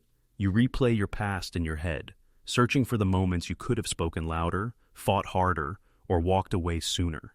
Instead of blaming the abuser, you blame yourself, carrying responsibility that was never yours to bear. The manipulator thrives on this because the more you direct anger inward, the less you direct it outward, toward them, where it belongs. Over time, survivor shaming corrodes your identity. You stop seeing yourself as strong for enduring and start seeing yourself as weak for not escaping sooner. You stop telling your story because every time you share it, their voice echoes in your mind, reminding you that you should have known better. And in that silence, your pain festers, hidden and invalidated. The manipulator doesn't need to deny what you went through. They just need to twist it until you deny yourself the right to heal. The cruelty of survivor shaming is that it punishes you for the very act of survival. It takes your endurance and paints it as guilt, turning your strength into a source of humiliation. This leaves you stuck in a paradox. You survived, but you're made to feel ashamed for not surviving. Better, that shame keeps you small, silenced, and uncertain, while the manipulator walks free of blame. Survivor shaming isn't just cruel, it's a second wound layered over the first, a way of making sure your scars never close. Because every time you try to heal, they reopen the pain with the whisper that it was somehow your fault all along. Self-pity enlistment. Self-pity enlistment is the manipulator's strategy of turning their sadness, failures, and struggles into a weapon that recruits you into their service. Instead of taking responsibility for their actions, they cloak themselves in suffering, presenting as fragile, broken, or perpetually misunderstood. They cry about how no one ever loves them enough, how the world is unfair to them, how everyone leaves them eventually. At first, it looks like vulnerability, and your compassion kicks in. You feel drawn to comfort them, to heal them, to be the one person who doesn't abandon them. But what feels like tenderness is actually entrapment. Their pain is not shared to build intimacy. It's deployed to make you carry their weight. This tactic works because good-hearted people want to help. When you see someone in pain, your instinct is to soothe it. The manipulator knows this, and they exploit it. By parading their suffering, they ensure your focus shifts away from their harmful behavior and onto their endless struggles. Every time you try to hold them accountable, they pivot back to their hardships, making you feel cruel for daring to add to their burden. And soon, you're not asking for respect or fairness anymore. You're consoling them, reassuring them, bending yourself to ease their self-pity. Over time, self-pity enlistment drains you. You become less partner and more caretaker, less equal and more rescuer. Your needs fade into the background because theirs are always louder, always more urgent, always tinged with desperation. You stop expecting reciprocity because they've convinced you they're too wounded to give it. And yet, no matter how much you sacrifice, their suffering never lessens. Because it was never about healing, it was about control. The cruelty of self-pity enlistment is that it shackles you with invisible chains made of guilt and compassion. You stay, Not because you are fulfilled, but because you fear what might happen to them if you don't. You keep giving, even when you're empty, because you've been convinced that leaving would make you the villain in their tragic story. In the end, their self-pity becomes your prison, keeping you bound not by love, but by fear of being the one blamed for their collapse. And that's the truth they'll never admit. Their pain is not shared to connect. It's weaponized to keep you from ever walking away. Emotional isolationism. Emotional isolationism is a powerful manipulation tactic where a person slowly cuts you off from meaningful emotional connection until you feel like you are completely alone, even when you are surrounded by people. It doesn't always mean physical isolation, like keeping you away from friends or family. Instead, it works on a deeper level. The manipulator convinces you, little by little, that your feelings are too much, too inconvenient, or too unworthy to be shared. Over time, you stop turning to anyone for support because you've been trained to believe that no one will truly care, or worse, that you don't even deserve care in the first place. This tactic usually starts quietly. Maybe you open up about something painful, and the manipulator reacts with annoyance, indifference, or judgment. They might tell you you're overreacting or accuse you of being dramatic. Sometimes they don't respond at all, leaving you to sit in silence with your emotions. Each time this happens, a seed of doubt is planted. Maybe I shouldn't share, maybe my feelings don't matter. At first, it feels like you're just avoiding conflict, but over time, you learn to bottle everything up. The manipulator doesn't even need to say much anymore. You censor yourself automatically, convincing yourself it's easier to stay quiet than to risk being shut down again. The danger of emotional isolationism is that it makes you believe the wall between you and others is your own choice, when in reality, it's carefully engineered. You may still have friends, family, or coworkers around you, but you stop reaching out because you've been conditioned to feel like your emotions are a burden. This creates the perfect environment for the manipulator to step in as the only one you can talk to. But even then, they usually offer no real comfort. Instead, they use your silence and loneliness to keep you dependent on them, making you believe you have no one else to turn to. Over time, this constant shrinking of your emotional world leads to a kind of inner numbness. You stop trusting your own feelings. You stop asking for help. You stop believing that emotional closeness is safe. And when you're in that state, you become much easier to control because a person who feels cut off from everyone else will cling tightly to even the smallest scraps of attention, even if they come from the very person causing the harm. That is the true purpose of emotional isolationism. Not just to silence you, but to trap you in a world where the manipulator holds all the keys to connection, and where you believe you have nowhere else to go. Self-improvement, exploitation. Self-improvement exploitation is a sneaky manipulation tactic where someone takes your natural desire to grow, heal, or become a better version of yourself, and twists it into a weapon to control you. It often looks supportive at first. They encourage you to read certain books, try new habits, or reflect on your behavior. But beneath the surface, their goal isn't to help you thrive. It's to make you believe that you're broken, flawed, or never quite enough, so you keep chasing self-improvement in ways that serve them, not you. It usually begins with subtle comments wrapped in concern. They might say things like, "I just want to help you be the best you," or, "If you really cared about us, you'd work on this." At first, it sounds kind, maybe even motivating, but soon you realize there's a catch. The areas they want you to improve are always the ones that benefit them directly. If you're too busy, they say you should work on being more available. If you set boundaries, they call you selfish and suggest you practice being more giving. They frame your natural needs as flaws, and then position themselves as the wise guide who can help you fix them. The trap deepens when they link your worth to your progress. If you do what they want, you're praised for growing. If you resist, they say you're stuck, unhealed, or unwilling to change. This keeps you constantly on edge, wondering if you're good enough yet. And since the bar is always moving, you never quite reach the point where you feel whole or accepted. Instead, you keep striving, bending, and reshaping yourself in hopes of finally earning their approval. The danger of self-improvement exploitation is that it disguises control as care. It convinces you that the problem is always within you, not in their behavior. You stop questioning the unfairness of their demands because you're too busy questioning yourself. And while growth is a natural, beautiful part of life, In the hands of a manipulator, it becomes a leash. They don't want you to improve for your own sake. They want you to improve in ways that make you easier to manage, easier to please, and easier to keep under their influence.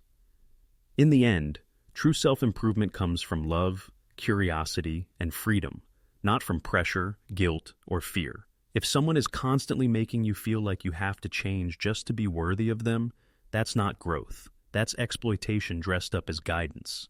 Weaponized self-disclosure. Weaponized self-disclosure is a manipulation tactic where someone shares their own secrets, struggles, or vulnerabilities. Not to build genuine trust, but to lower your defenses and gain control. At first, it feels intimate. They tell you things most people would never share so early in a relationship.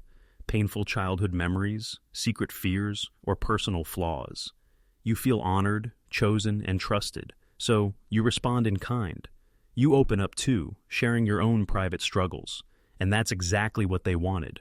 Your secrets, your emotions, your trust, handed over before you had time to truly know them. The trick lies in timing and intensity. Normally, self-disclosure grows naturally over time, but when it's weaponized, it comes fast and heavy. They may tell you stories of trauma, heartbreak, or betrayal within days of meeting you.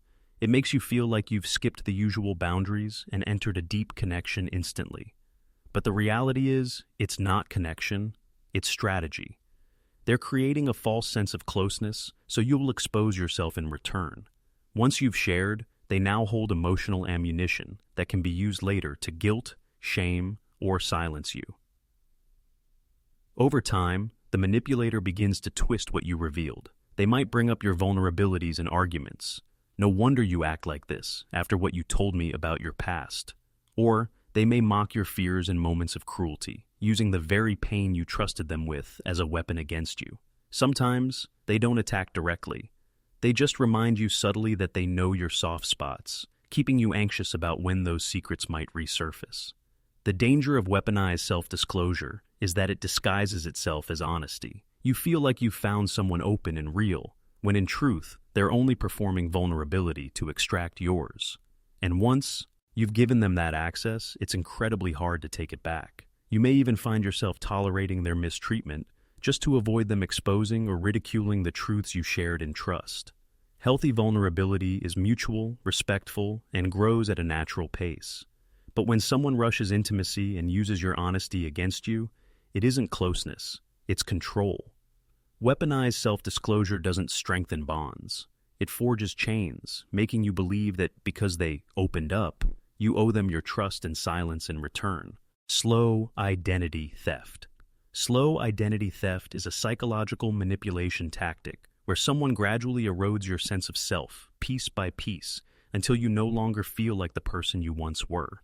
Unlike financial identity theft, this isn't about stealing your money or credit. It's about stealing you, your personality, your values, your confidence, and even your unique traits, and reshaping them to serve the manipulator's needs. What makes it so dangerous is that it doesn't happen overnight.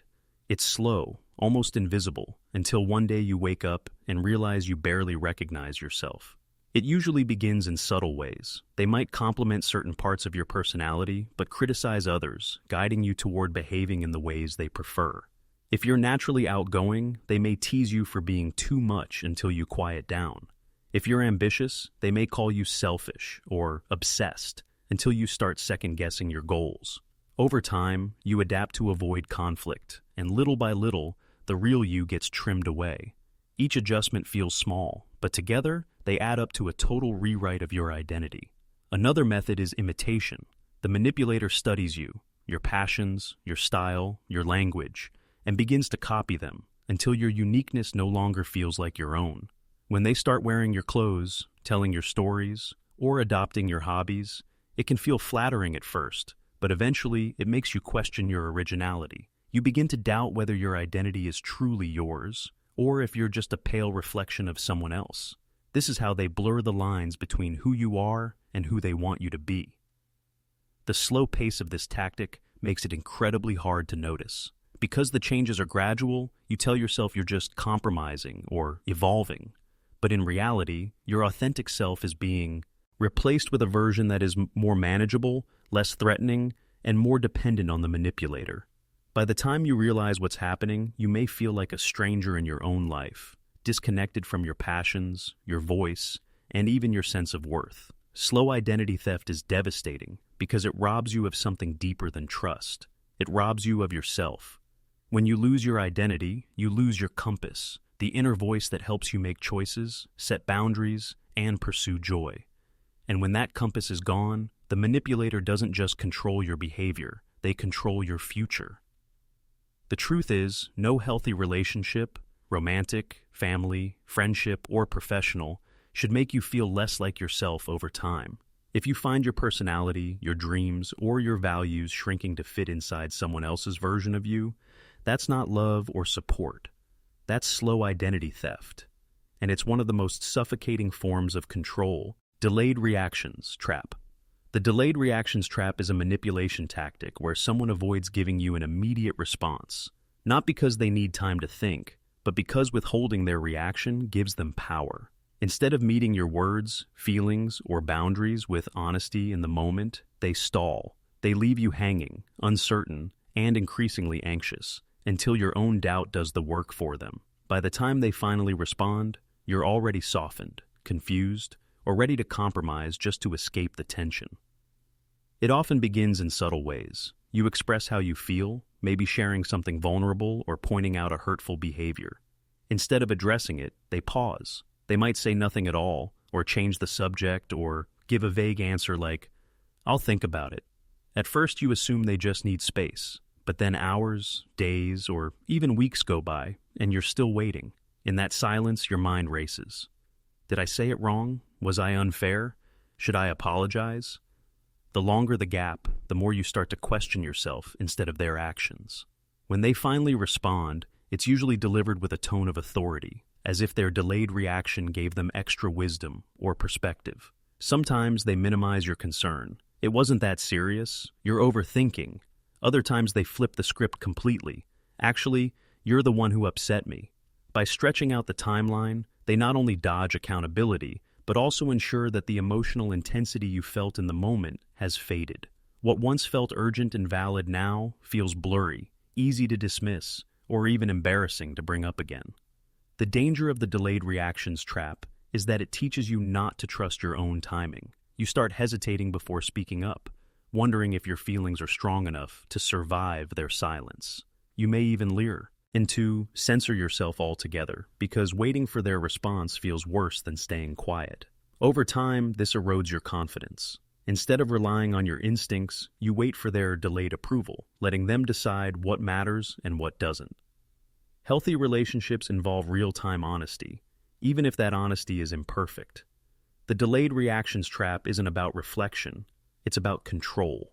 It forces you into limbo, keeps you second-guessing, and rewires you to doubt the urgency of your own emotions.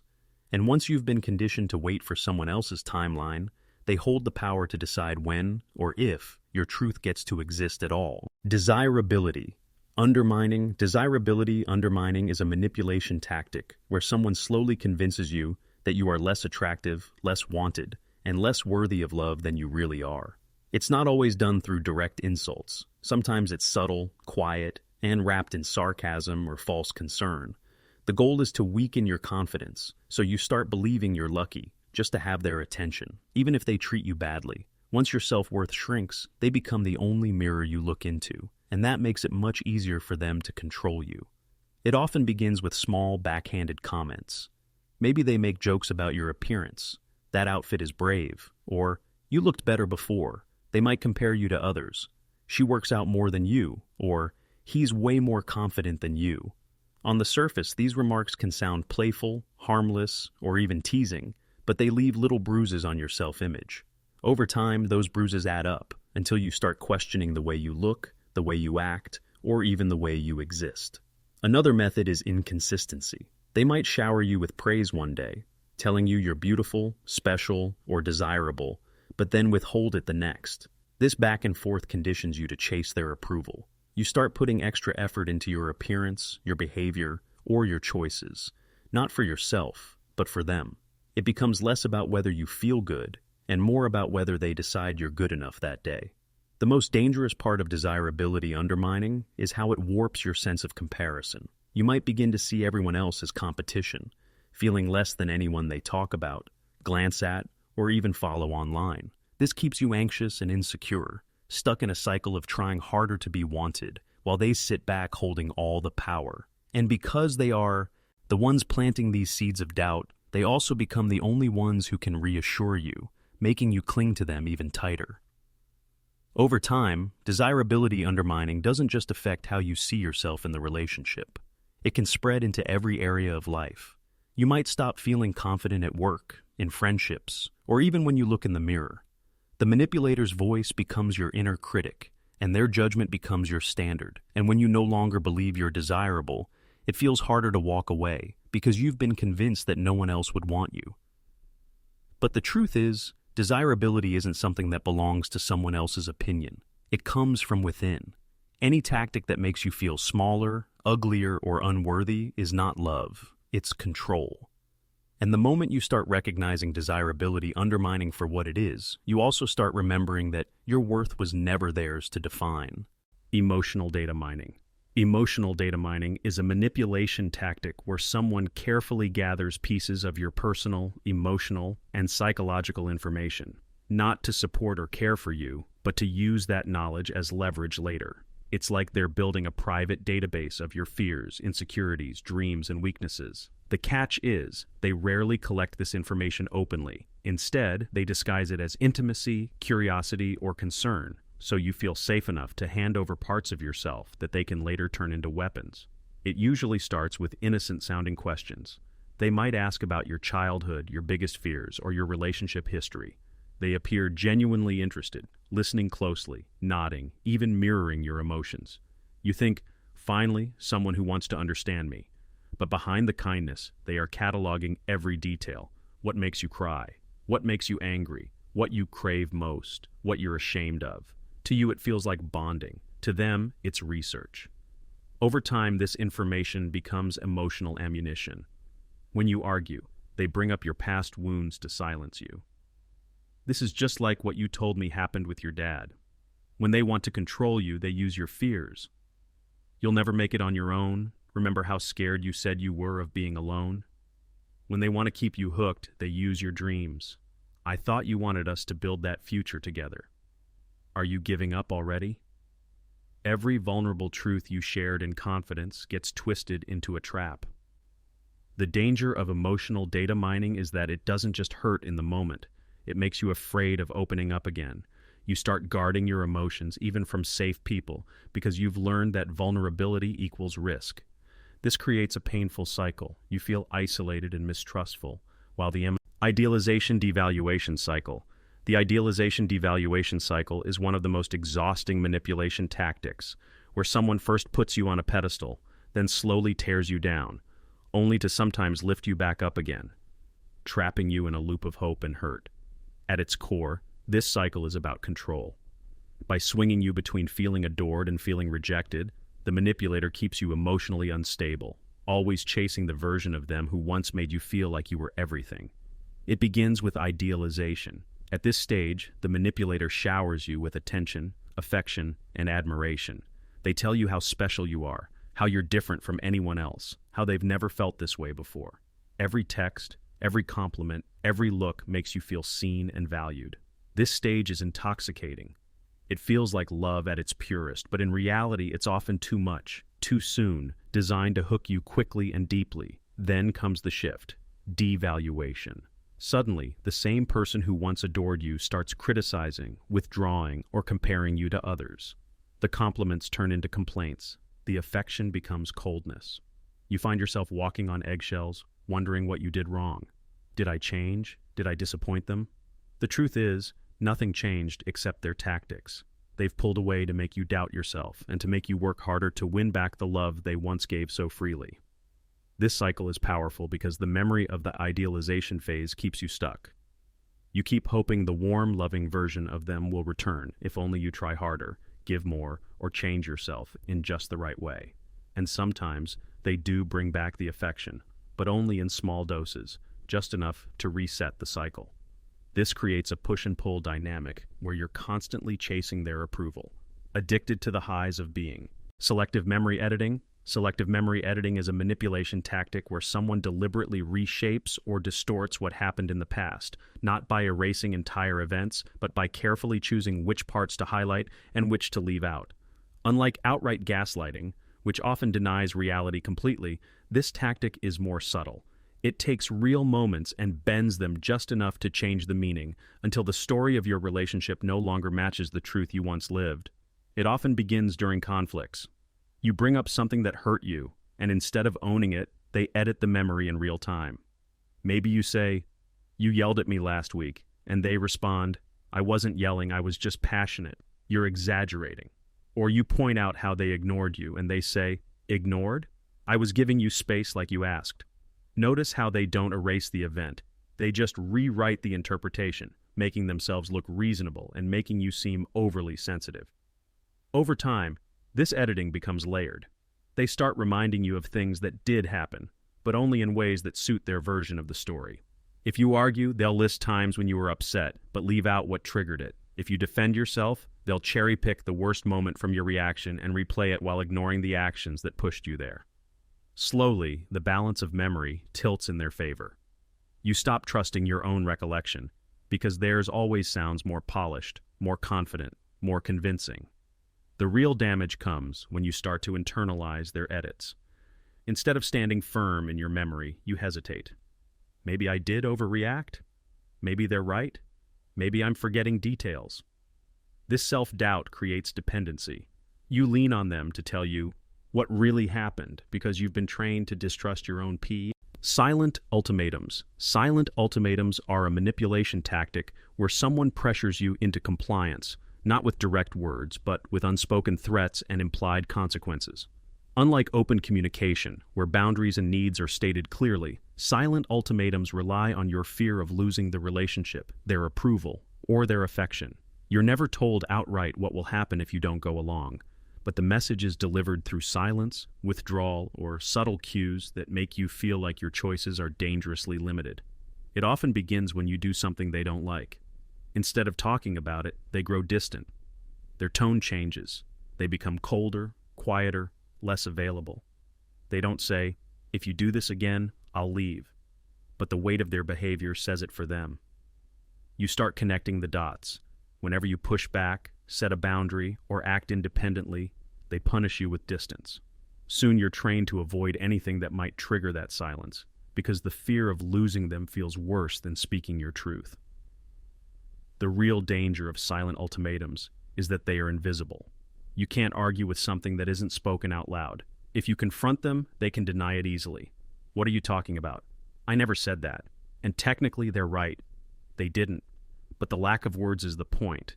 It leaves you stuck in uncertainty, forcing you to guess what's wrong, second-guess your behavior, and eventually give in just to restore peace. In this way, you end up policing yourself without them ever having to voice a threat. Over time, silent ultimatums create a relationship where your freedom shrinks.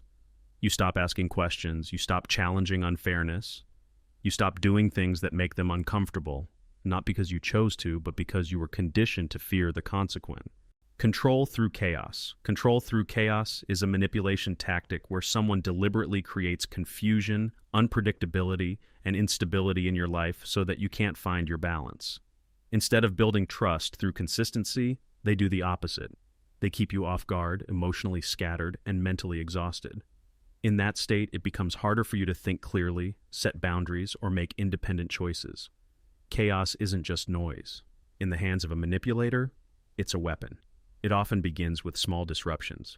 They cancel plans at the last minute, change their mood without explanation, or give you mixed signals about what they want. One day they're affectionate, the next they're distant. One moment they say you're everything, and the next they criticize you harshly. At first you may write it off as stress, bad timing, or miscommunication. But over time you start to notice a pattern. Whenever things begin to feel calm, they stir up something new. Arguments, drama, sudden crises, anything to shake the ground beneath you. The effect of this is disorientation. You're constantly left wondering what's real and what's not. Was that argument about something important, or was it just another test? Did they truly mean those kind words, or was it part of the cycle? Your nervous system stays on high alert, waiting for the next disruption.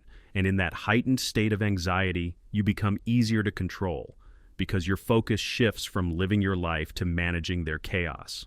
Another layer of this tactic is how it isolates you. The more chaotic things get, the less energy you have to connect with others, reflect on your situation, or make long-term plans. Instead, you're stuck in survival mode, always reacting instead of acting. That reaction cycle benefits the manipulator, because when you're too drained to think clearly, you lean a fear funneling. Fear funneling is a manipulation tactic where someone deliberately channels your natural fears into a narrow path that leads straight to them, making it seem like they are the only source of safety, guidance, or survival. Instead of easing your worries, they magnify them, then position themselves as the solution. Over time, you begin to believe that your well-being depends on staying close to them, even if they are the very person creating or feeding the fear in the first place. It often starts with subtle suggestions. They might hint that the world outside your relationship is unsafe. Your friends don't really care about you, or you can't trust people the way you trust me. At first, these comments may sound protective, but slowly they push you into doubting others and leaning more heavily on them. In more extreme cases, they plant specific fears, warning that you'll fail without them, that you'll end up alone if you leave, or that no one else will accept you the way they do. Once the fears are planted, the manipulator begins shaping your choices. Instead of seeing multiple options in life, you feel trapped in a funnel with only one way forward, their way. If you're afraid of abandonment, they'll remind you that leaving them would mean losing everything. If you're afraid of failure, they'll frame themselves as the only one who believes in you. And if you're afraid of being unloved, they'll make sure you feel like no one else could ever want you. By narrowing your vision, they cut off your sense of possibility, leaving them as the center of your world. The most destructive part of fear funneling is how it reshapes your instincts. Fear is a natural signal meant to protect you, but when it's constantly manipulated, you stop trusting it. Instead of listening to your inner voice, you start relying on theirs. Over time, this creates dependency. Time theft. Time theft is a manipulation tactic where someone steals your most valuable resource, your time, and uses it for their own benefit, often leaving you drained, delayed, or unable to focus on your own life. Unlike money or possessions, time can never be replaced. Once it's gone forever. That's what makes this tactic so damaging. The manipulator doesn't just waste your time. They make you feel guilty for even noticing, as if protecting your own schedule is selfish. It often begins with constant demands on your availability. They might keep you waiting for hours, cancel plans at the last minute, or interrupt your work with emergencies that always seem urgent but rarely matter. At first, you may excuse it as poor organization or bad luck, but over time, a pattern emerges. Your time is consistently sacrificed, while theirs is always protected. They'll make you drop everything for them, but if you ask for the same in return, suddenly they're too busy or unavailable. Another form of time theft is emotional. They may pull you into endless arguments, circular conversations, or dramatic situations that never get resolved. You spend hours explaining, clarifying, or defending yourself only to end up right back where you started. Each of these cycles eats away at your energy and leaves you too tired to focus on your own goals, relationships, or peace of mind. The manipulator thrives on this because the more of your time they control, the less space you have to live independently from them. The danger of time theft is how easily it's normalized. You start adjusting your schedule around their unpredictability. You tell yourself it's not a big deal when they waste an evening or derail an entire weekend. But every stolen hour adds up. Days turn into months, and months can turn into years of lost progress, lost rest, and lost opportunities. And all the while, false accountability. Framing false accountability. Framing is a manipulation tactic where someone twists situations to make it seem like you are responsible for problems they caused, while they appear calm, reasonable, or even righteous. It's not just about shifting blame.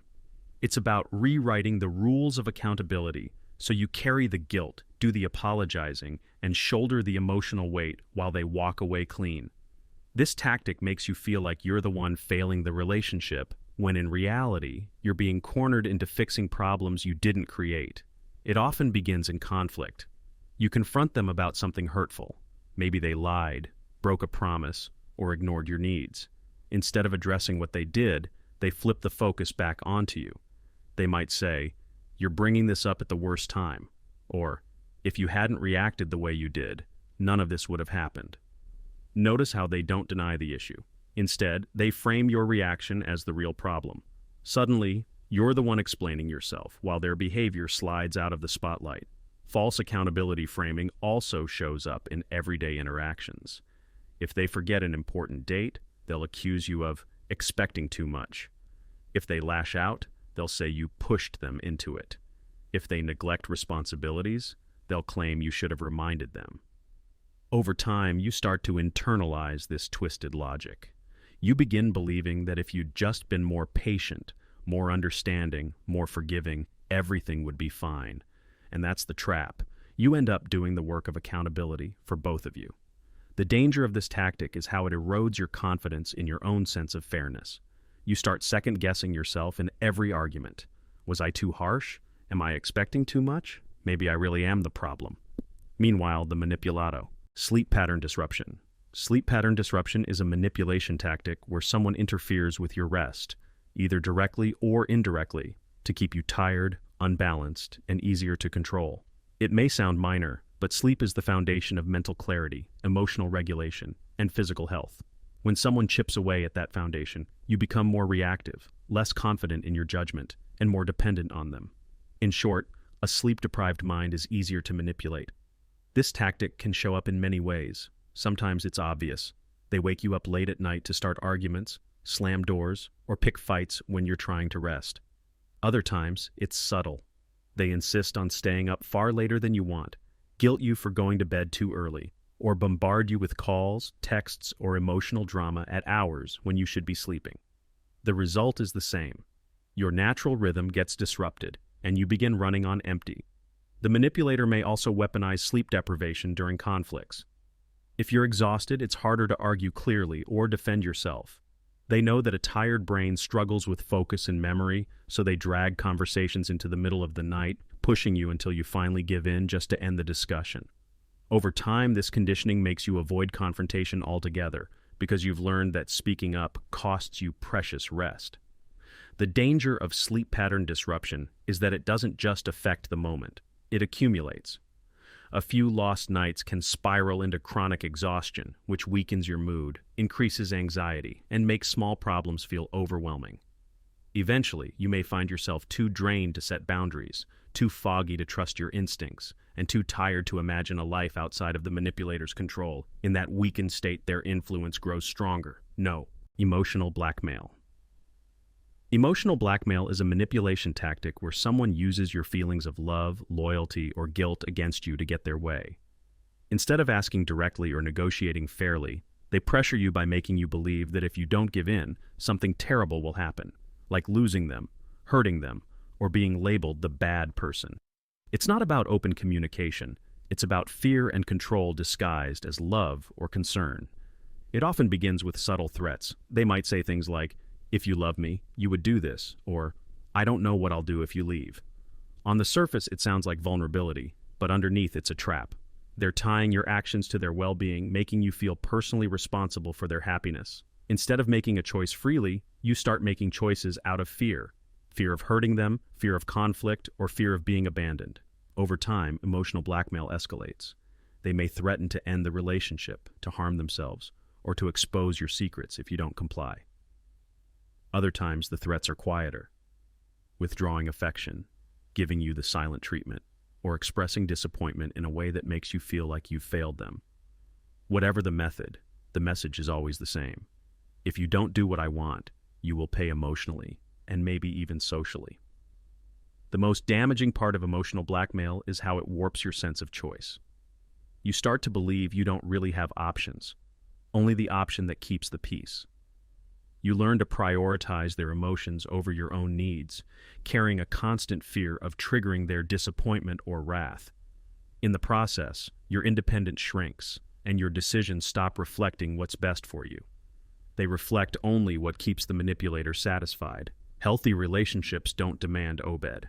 Love bombing. Love bombing is a manipulation tactic where someone overwhelms you with intense affection, attention, and praise in a very short amount of time. On the surface, it feels magical, like you finally met someone who sees you, values you, and showers you with the kind of love you've always dreamed of. But beneath the surface, it isn't genuine intimacy. It's a strategy designed to hook you quickly, build dependence, and make it harder for you to question or walk away later. It usually begins with intensity that feels almost too good to be true. They text constantly, give you extravagant compliments, talk about the future within days or weeks, and make you feel like you're the most important person in the world. They might say things like, "I've never met anyone like you," or "I know we're soulmates." The attention is intoxicating, and you may mistake it for deep connection. But real love takes time to grow, while love bombing rushes the process to trap you emotionally. Once you're hooked, the dynamic often shifts. The endless affection and attention start to fade, replaced with criticism, distance, or control. This sudden withdrawal leaves you confused. You wonder, what happened to the person who adored me? That confusion is part of the trap. You begin chasing the early version of them, doing whatever it takes to earn back the intensity they once gave so freely. In this way, love bombing sets the stage for cycles of idealization and devaluation, giving affection, then taking it away to keep you dependent. The danger of love bombing is how effectively it disarms your defenses. Most people are cautious in the early stages of a relationship, but when someone floods you with affection, your guard drops. You feel safe sharing your vulnerabilities, your dreams, and your trust. But those very things can later be used against you. What felt like connection was gaslighting. Gaslighting is one of the most well-known manipulation tactics, and for good reason.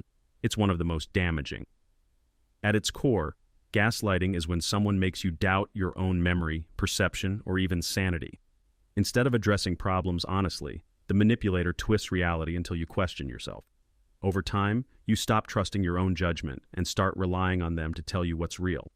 It usually begins with small denials. You bring up something they said or did, and they respond with, "That never happened," or "You're imagining things." At first, you might brush it off, thinking maybe you misunderstood. But as it continues, they add more layers, dismissing your feelings, "You're overreacting," reframing events, "That's not what I meant," or twisting the timeline, "You're remembering it wrong." Each denial chips away at your confidence until you're no longer sure what to believe. Gaslighting isn't just about words, it's about patterns. One day, they may be sweet and loving, and the next, they insist you're the problem for feeling hurt. They might even do something harmful in front of you, then later insist it didn't happen the way you saw it. This constant contradiction leaves you in a state of confusion. And confusion is powerful, because when you don't trust yourself, you become much easier to control. The long-term danger of gaslighting is how deeply it impacts your identity. You may start apologizing constantly, even when you're not at fault. You may second-guess every decision, asking them to validate your choices. You may even withdraw from others, afraid that no one will believe you.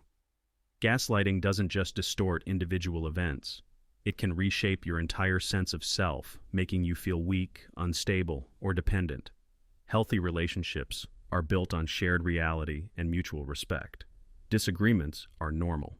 Stonewalling is a manipulation tactic where someone shuts down communication completely, refusing to engage, listen, or respond. Instead of resolving problems, they build an emotional wall between you, leaving you frustrated, unheard, and powerless. It's not about taking space to calm down, which can be healthy. It's about using silence and withdrawal as a weapon to punish you and avoid accountability. It often begins during conflict. You bring up something important, and instead of discussing it, they go quiet. Maybe they cross their arms, stare at their phone, or leave the room. If you press for answers, they might give one-word responses like "fine" or "whatever." The message is clear. They're not going to engage, no matter how respectfully you try. Over time, this trains you to stop bringing up issues, because you know the response will be a cold wall of silence. Stonewalling can also extend beyond arguments. A manipulator might ignore your attempts to connect emotionally, refusing to share thoughts, feelings, or affection. Days can go by without meaningful conversation, leaving you feeling invisible and unwanted. And when you finally give up and stop asking, they regain control, because your silence means their behavior never has to change. The danger of stonewalling is how deeply it isolates you. It doesn't just block communication, it blocks intimacy, problem-solving, and growth. You may begin to feel like you're talking to a wall instead of a partner, friend, or family member. Worse, you may start blaming yourself, thinking, maybe I shouldn't bring up issues at all, or maybe I expect too much. This self-blame keeps you quiet while they continue avoiding responsibility. Healthy communication isn't always easy, but it involves willingness to listen, even when emotions are high. Stonewalling removes that willingness and replaces it with pureness. Triangulation. Triangulation is a manipulation tactic where someone pulls a third person into the middle of a conflict or relationship dynamic in order to create division, competition, or control. Instead of addressing issues directly with you, they use another person, or even just the idea of another person, to shift the balance of power. The result is tension, jealousy, or insecurity that keeps you focused on the triangle instead of on the manipulator's behavior. It often begins in subtle ways. They might casually compare you to someone else. Why can't you be more like them? Or so-and-so never complains the way you do. Other times, they bring in a third party to validate their side. Even my friend agrees with me about this. These comments are designed to undermine your confidence and make you feel like you're in competition, whether for their affection, their approval, or their respect. Triangulation can also show up in more direct ways. A manipulator may flirt with someone else in front of you, mention how others find them attractive, or share private details about your conflict with outsiders to make you look unreasonable. In friendships or family, it can involve pitting people against each other, telling one person one story and another person something different, so mistrust grows between you instead of being directed at the manipulator. The danger of triangulation is that it distracts you from the real issue. Instead of focusing on their actions, you end up focusing on the third person, feeling jealous, hurt, or betrayed.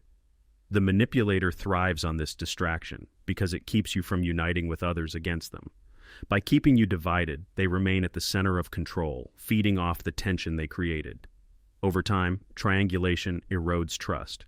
You may start doubting your worth, comparing yourself constantly to others, or feeling is projection. Projection is a manipulation tactic where someone takes their own negative traits, mistakes, or intentions and pins them on you.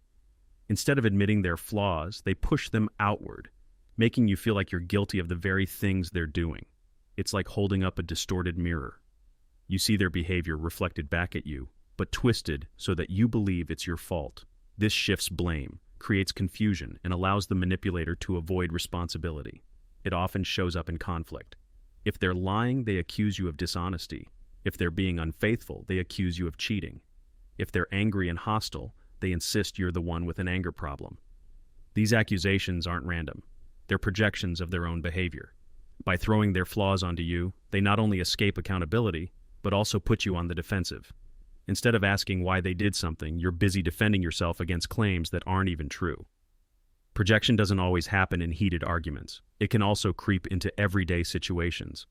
A manipulator who feels insecure might accuse you of being needy. Someone who secretly envies your success may accuse you of arrogance. The tactic works because it distracts you. Instead of seeing the root of their insecurity or wrongdoing, you start questioning yourself. And the more you question yourself, the less attention is placed on what they're actually doing. The danger of projection is how deeply it can mess with your sense of identity. If you hear enough accusations, you may start to believe them. Maybe I'm too sensitive. Maybe I do overreact. Maybe I'm selfish. The manipulator wins when you absorb their projections as truths, because then you begin policing yourself for flaws that were never yours in the first place. Meanwhile, their real flaws stay hidden in plain sight. Smear campaigns. A smear campaign is a manipulation tactic where someone deliberately spreads lies, half-truths, or twisted versions of events to damage your reputation. Instead of confronting you directly, they attack your character behind your back, turning other people against you so that you're left isolated and doubted. It's a form of social sabotage, and one of the most painful, because it doesn't just harm your relationship with the manipulator. It poisons how others see you too. It usually begins when you set a boundary, walk away, or stop giving them the control they want. Rather than accept accountability, they strike first. They might tell friends, co-workers, or family members that you're unstable, selfish, abusive, or untrustworthy. They often mix truth with lies, sprinkling in just enough facts to make their story sound believable. And because they usually act charming in public, people are quick to believe them. After all, if they seem so reasonable, then maybe you really are the problem. Or so the story goes. The cruelty of a smear campaign is how isolating it feels. People you thought were allies may pull away, unsure of what to believe. You might hear rumors about yourself that are shocking, humiliating, or completely false. This forces you into a defensive position, where you feel like you have to explain or prove your innocence. But every time you defend yourself, it can look like guilt, because the manipulator already framed you as unstable or overly dramatic. It's a trap designed to silence you. The damage goes beyond reputation. A smear campaign can make you question your own reality, wondering how so many people could see you through the manipulator's lens. It can push you into isolation, leaving you with fewer sources of support at the exact moment you need them most. And that isolation benefits the manipulator because the less backup you have. Hoovering is a manipulation tactic where someone who has hurt you, or even discarded you, suddenly tries to pull you back into their orbit, much like a vacuum cleaner hoovering up whatever's in its path. It often happens after you've tried to distance yourself, set boundaries, or even end the relationship. Instead of respecting your decision, they use guilt, charm, or false promises to suck you back in, keeping the cycle of control alive. It usually begins with a sudden shift in behavior. After weeks or months of silence, they may send a message saying, "I miss you," or "I've been thinking about all the good times we had." Sometimes they play the victim. "I can't live without you. No one else understands me like you do." Other times, they dangle change in front of you. "I've realized my mistakes. I'm ready to be different this time." These messages tug at your heart, your empathy, and your hope. And that's exactly the point. Hoovering doesn't always come through words. It can be actions too. They might suddenly show up at places they know you'll be, send gifts, or try to connect through mutual friends or family. Sometimes they even create fake emergencies just to get your attention. The goal isn't genuine reconciliation. It's about reestablishing access to you so the cycle of manipulation can continue. The danger of hoovering lies in how it preys on your emotions. When someone has mistreated you, part of you may still long for the version of them who once seemed loving.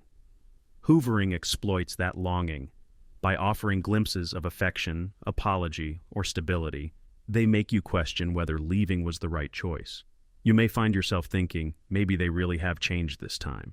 But more often than not, once you're back, the old patterns reappear, because the hoovering was never about change. It was about control, healthy reconciliati.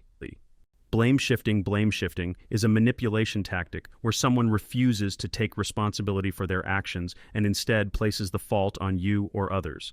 No matter what happens, they twist the situation until you're the one who feels guilty, even if they were clearly in the wrong. It's not about solving problems or making things right. It's about escaping accountability and keeping you stuck, carrying the emotional weight. It usually begins when you confront them. You point out something hurtful they did, and instead of owning it, they flip the focus back onto you. If they yelled, they'll say, "I wouldn't have gotten so angry if you didn't push me." If they lied, they'll insist, "Well, you never make it safe for me to tell the truth." If they forgot something important, they'll claim, "You should have reminded me." Each excuse pushes the blame away from them and onto you, so suddenly you're the one apologizing for their mistakes. Blame shifting can also happen preemptively. If they know they've done something wrong, they may attack you before you even bring it up. For example, if they've been distant, they might accuse you of being cold. If they've been dishonest, they may claim you're the one hiding things. By striking first, they put you on the defensive and create so much confusion that their own behavior gets lost in the argument. The danger of blame shifting is how it eats away at your confidence. Over time, you begin to question yourself. Am I too demanding? Did I push too hard? Maybe it really is my fault. The manipulator thrives on this self-doubt because as long as you're blaming yourself, they never have to change. Worse, the cycle teaches you to minimize your needs, since bringing up problems only seems to end with you being labeled the problem. Healthy relationships require accountability on both sides. Mistakes are natural, but growth comes when